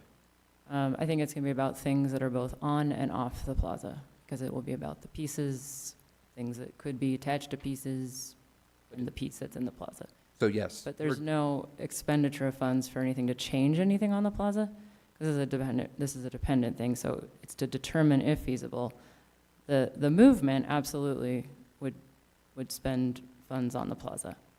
So I guess But then the initial study is not supposed to spend any funds on changing anything on the plaza. So then I guess that gets to the part, that second, be it further resolved, that says, if the relocation is feasible, the city manager shall proceed with proposing budget and contracts to expend funds to remove the fourth plaque and relocate the Soldiers Monument, including steps to preserve, protect, and minimize harm to the plaza. So let's pull that out piece by piece, because there's a lot in that section. So if the relocation is feasible, one, as I mentioned earlier, I've got serious problems with that language, because feasible according to whom? Because then we are basing off of that feasibility, giving the authority to the city manager to proceed with proposing budget and contracts, which takes time, energy, and effort for the city manager to do that, to expend funds to remove the fourth plaque and relocate the Soldiers Monument. So with that being said, if a contract falls under the amount required governing body approval, that could essentially be all done by the city manager without coming back before the governing body, which I've got major concerns with. Councilors, if it's less than $60,000 and if it's a contract less than $20,000, so in terms of budget amendments, right, the city manager only has $60,000 of authority, and for contracts, budget adjustment is different than contracts. It's $60,000 still for budget adjustments, and it's $200,000 for contracts. Right, and you had just said 60 for contracts initially, so his authority is $200,000. So I think if we are through what's being proposed here, we're delegating the city manager the authority to do, if it's again feasible, according to, I don't know who would determine that definition. Can I help? Sure. So one of my amendments, which I mentioned, is to have the report come back to one of your points about the integrity of the structure. And so that would come back to us, and I think we would, hear the report and opine and share our feelings about whether we think what we are being told is feasible. Maybe it's too expensive. Maybe it's, I think one of the reasons why I think we need to bring a report back about the structural integrity and what it will take to rebuild it is that I think lots of people have different ideas about what it means to rebuild it, and we don't know until we can hire the experts, and we can't hire the experts until we direct the city manager to do it. So I don't know. I don't know the condition of the monument, so I don't know whether it's going to require like the Washington Monument, we're going to need to find similar sandstone and recast some portion of it. I don't know whether it's all, there are big enough pieces available that we can stack them up and adhere them with something, what that'll cost, what that's about. So that's why I'm going to change that. And again, this is why we have a process where we can hear from people and we can talk about things so that we can make the proposal better. And so one of the things is, let's have the report come back to us so that we understand, does it, in our opinion, feel feasible? Is it something we want to spend money on? Or are the experts going to tell us, sorry, it's in a pile of crushed stone and you really can't rebuild it without, completely recasting it? I don't know, but we won't know until we can employ the experts, and we can't do that until we provide direction to the city manager. Thank you, Madam Chair, and I agree a report should be given, but I think that's where my amendment to strike that last be it further resolved is necessary, because before any proposed action or authorities be given to the city manager to proceed with proposing budgets and contracts, etc., we as a body determine feasibility. Then we can give to further direction to the city manager. So that's why I'll be incorporating that amendment.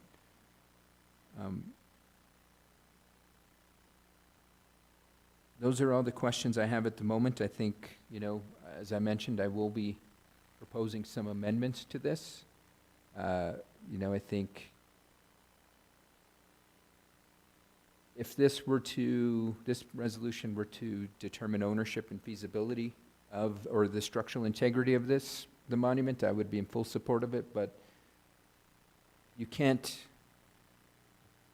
propose moving it without knowing the first two items first. And I would want the city to take a firm stance on both of those matters: ownership with data, evidence, etc., not pointing to a 1903 resolution that is contradicted by two different actions made by the governing body, or a report that was approved by the governing body in the early 2000s.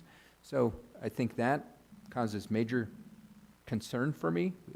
We can't have two different governing bodies saying the state owns it, and then 20-some years later, the city say, we own it because of this 1903 document.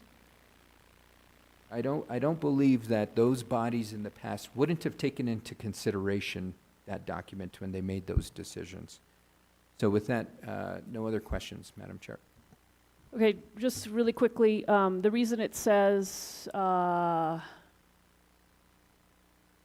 page 7, lines 2 and 3, be it further resolved that the city manager shall investigate whether it's feasible to move the Soldiers Monument. I use that language generally as there are a lot of things that are involved in determining whether it's feasible to move.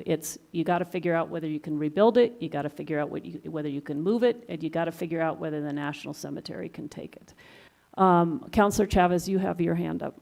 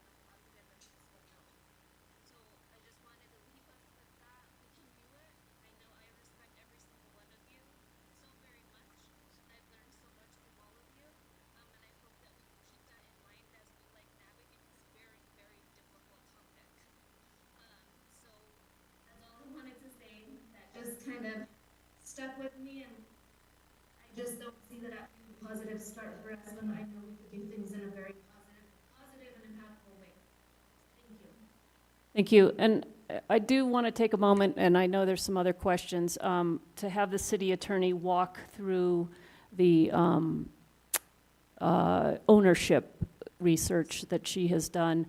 There's been some references to some pieces of that analysis, and I think, again, this is an important moment to help people understand the work that has gone into this and the legal work that's been done around ownership, if you wouldn't mind. Sorry, just a point of information. I don't think everyone could hear Councilor Chavez through the Zoom, so I just wanted to paraphrase that she was talking about respecting each other and working together. That's a bummer that that's not working tonight. Okay. Thank you, Councilor Merworth. Yes, actually, so to the point of right after issues came up in 2020, I worked with the city's property manager right around that time when, June 2020, and in the following, actually, I think, anyway, so during 2020, before it came down, I worked with the city's property manager. He looked into it, provided me the 1901 U.S. patent on the property with Santa Fe, identified that it does acknowledge the existence of the obelisk, transfers the land that it is on, along with all fixtures, expressly speaks to structures on the land. It excludes certain structures such as the federal courthouse. It does not exclude the obelisk. That is filed with our county clerk, which is where property documents are required to be filed. There's no other property documents filed with that our city property manager, who does research on all these things, was able to find. He also looked at the Kit Carson monument, which resulted in conversations with the federal government about carve-outs that are recorded that relate to that property ownership as well. And then I did look at other documents that have been mentioned that talk about ownership. None of them cite to any sources whatsoever for their statements. And the purposes of the adoption of the 2005 report had nothing to do with property ownership or taking a position on that statement, which is not cited to any sort of source whatsoever. The 1973 council decision was not about property ownership. It was to not vote to take down the monument. There was a statement made during that council meeting that someone thought it was a state monument and or state-owned. But also, again, no citation of why they thought that. So there are other documents that city officials have signed with regards to ownership of the plaza generally, with no exclusions. So property research is done by doing a title search in the city clerk's office. That's how all of us get title insurance when we buy property. That's where you look for property ownership documents, is the county clerk's office. When concerns were raised, I asked this property manager to see if there was anything additional that had been added to the county clerk's office, or anything that had changed, and he verified that nothing had changed. Madam Chair, and on that point, Councilor. I'm going to refer back to some meeting minutes from the council meeting where the council at the time rescinded their vote. And in these minutes, and I'm going to read verbatim, Mr. Bacchus stated that he had received a letter from David King, copy on file in the city manager's office regarding the Plaza Monument, and requesting that the city council rescind their actions regarding same. He stated that since it didn't belong to the city, his recommendation would be to rescind the action and let the state solve their own problems. Mr. Lithgow moved to accept the city manager's recommendation to rescind the action, seconded by Mr. Alaka, and carried by a unanimous roll call vote of those present. And so, for those that might not know who Mr. Baca was, he was the city manager at the time. Those that might not know who Mr. Lithgow was, he was a city councilor at the time. And those who might not know who David King was, he was a state official involved in planning at the time.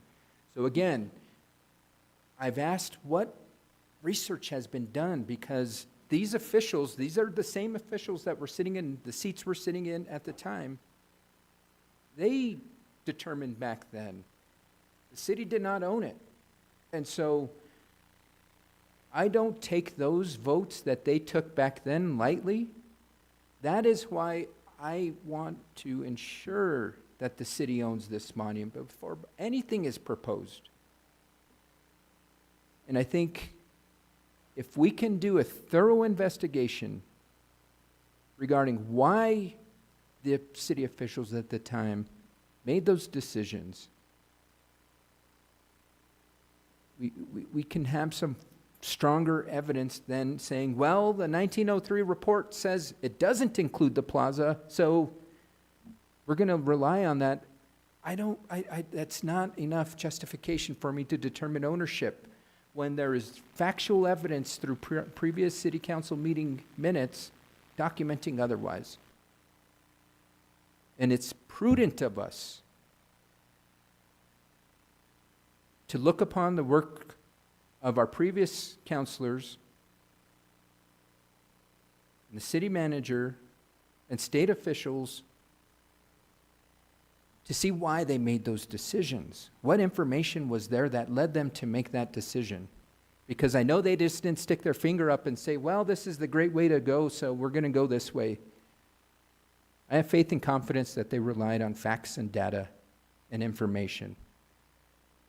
And so, again, we need to determine ownership, we need to determine structural integrity, and then we can move forward with any other proposal, but we owe it to the public to have those foundational elements set. That way we can then determine how we move forward.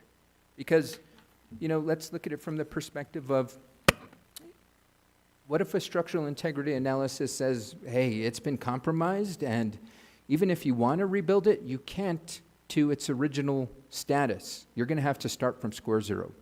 Don't you think the public should know that? Maybe that might make a change in somebody's mind and set in regards to, well, since it can't be restored and it has to be completely rebuilt, let's go with a different option. I don't know. We haven't had that feedback from the public because we haven't had that information presented to us, or nor they have that information presented to them. And that's why I stated my statements earlier. I think, and again, it's my opinion, and I have my right as a counselor to have my opinion, that this divides our community, and it doesn't do anything to heal our community. Thank you, Madam Chair. So if I can, I'd like to get back to my questioning around the ownership of the obelisk, which is the line of questioning I was in. So, all right, so this is recorded with the county clerk. Can you do an analogy for folks when you buy a house or when you buy a piece of ranch land and the property, the deed says what you're buying, describes the property in excruciating detail about how long different sides are and, whether the shed is being, transferred with the property or whether it's being excluded from the property. Maybe if you could draw a layman's example, or, you buy a house and all the fixtures in the house are coming to, or which fixtures, the big chandelier in the entryway isn't coming, that kind of, can you, I don't know. Councilor Merworth, I will try. The deed is the same as the patent. The patent is the deed. Yeah. But in this case, the patent was also adopted by Congress as an act of the U.S. Congress. So it was a legislative act by the federal government before the state existed. 10, 12, 11 years before the state existed. I don't remember which month of 1901 it was adopted. But so before the state existed, before the state could hold property, because it didn't exist, the city was transferred this patent of land, which is the same as a deed, except that it's passed by Congress, by an act, a federal act. That's all we've got. And that's what's filed with the the county clerk, where all property documents are filed. There's no other modification to that transfer of property ownership. And it specifically did not exclude the obelisk, but it did exclude the federal courthouse, which is why the federal courthouse is owned by the federal government. Councilor Merworth, that is correct. But it did acknowledge the existence of the obelisk, so the writers of the patent obviously knew it was there, easily could have excluded it should they have wanted to, and then it would have remained in the federal government's ownership. And then they would have had to pass it to someone else for it not to be owned by the federal government. And if somebody wanted to challenge the ownership, let's say they had documentation, I don't think the minutes are going to do it.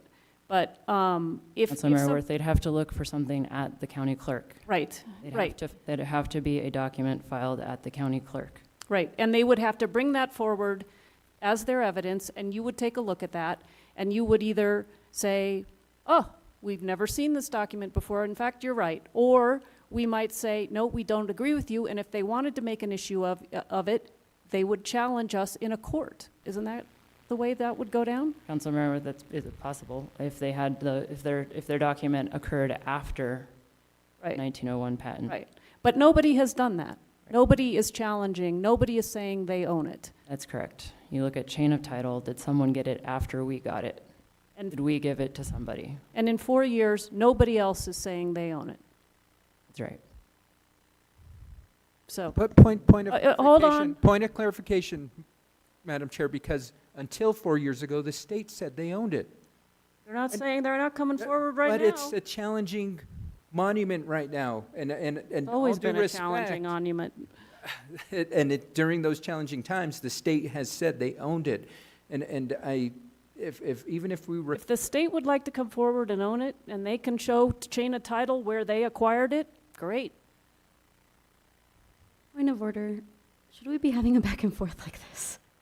No, it's okay. All right, I just, anything else you would add to the research and the legal work that you have done around the ownership issue? Sure. I've reached out to the state multiple times, and they have chosen not to have any sort of participation. So just a couple other things, and then the hour's late, we've been at this a while, and I know there are a couple other folks who want to weigh in here. So again, the city manager cannot, on this topic, reach out on his own to the National Cemetery and ask if they would take the monument. Because of the nature of this thing, we, the governing body, have to say, yeah, this is an idea we'd like to pursue, and the way we speak as a group is to pass a resolution. If we pass this resolution directing the city manager to make a formal ask to the National Cemetery, he can write a letter and ask the National Cemetery if they would take it. Now, because my constituents did that when they initially had the idea, they reported that Victor Vasquez received my constituents received a quick response from Victor Vasquez's assistant, who expressed their interest in the possibility but explained they would need an official proposal to pursue it further. And my constituents write, we of course can't provide that. They did apparently in their conversation agree that the site that was suggested might work and affirmed that they were willing to look into it further when they received the proposal. Now, I've since learned from the Veterans Advisory Board members that, the folks at the National Cemetery are going to be sort of open-minded, and, it's not really their place to say yes or no, and that they'll kick it up to Washington. And where we also know, and you read this section, the Veterans Advisory Board has shown us that there are guidelines about what is acceptable to place in the National Cemetery. These are my aunts and uncles are buried in the National Cemetery. This is a really important place where we honor people who have fought and died for our country. And I wouldn't want to put anything there that takes away from that honor. All I'm doing is asking the question, is this an appropriate place for this monument? I can't decide that. There is a process in Washington that will decide it, and as the Veterans Board has told us, there are guidelines, and they will have to decide whether this monument is something that's appropriate for there. But we can't even begin to look at that until we pass a resolution asking that ask be made. and then we've got to pass a resolution that says, hey, is it feasible to move it? What does it take to build it? How much is it going to cost? How much does it cost to move it? Those are all things that are contemplated, and, you know, okay, we could make the language more explicit if that makes everybody feel better. But my shorthand was to say, is it feasible? Because that, to me, captured a whole bunch of things. I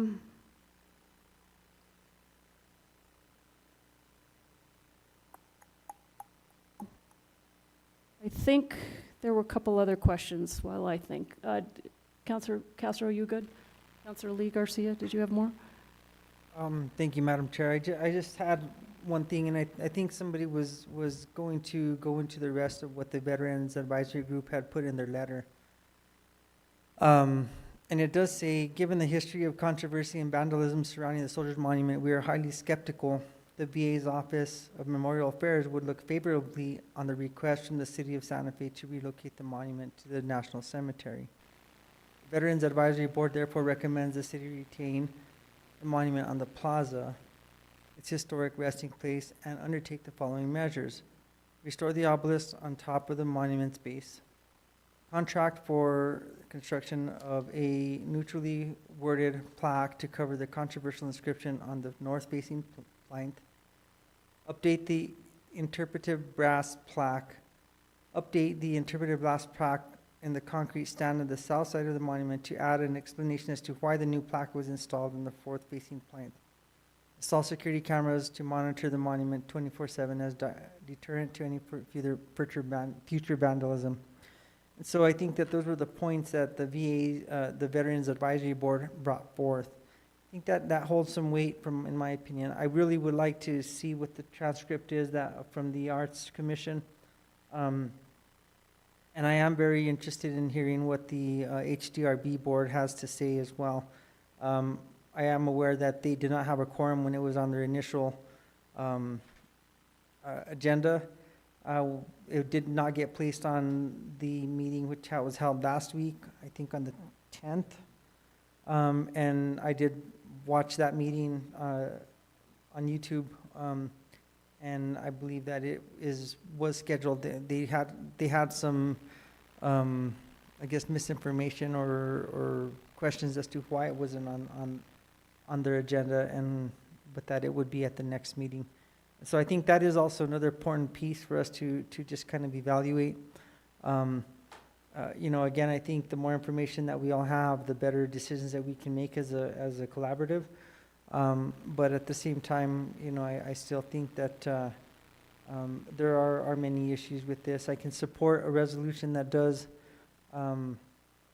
identify or do an evaluation onto feasibility or structural integrity. I think that's very important. And again, going back to supporting moving to the National Cemetery, I don't know that that's a viable,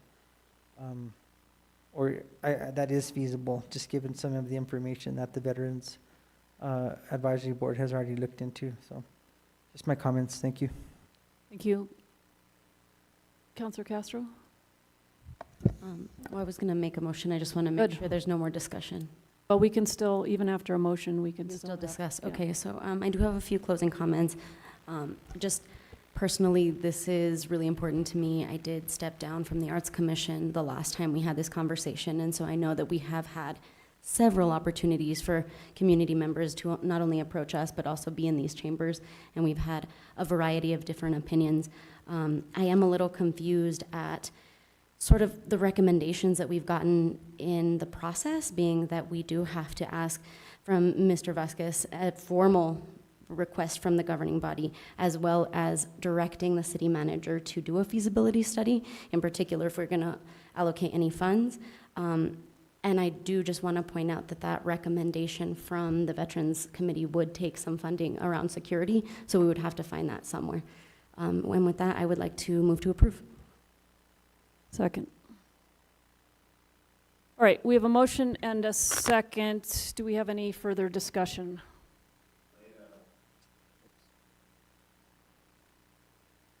I did have one other thing I was going to mention. What was it?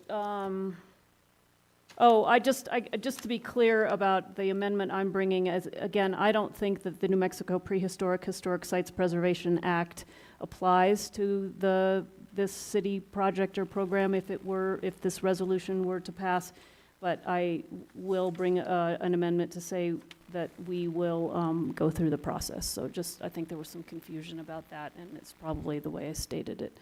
So anyway, with that, can we, is there any other conversation? If not, can we get a roll call, please? Counselor Castro? Yes. Counselor Chavez? Yes. Counselor Lee Garcia?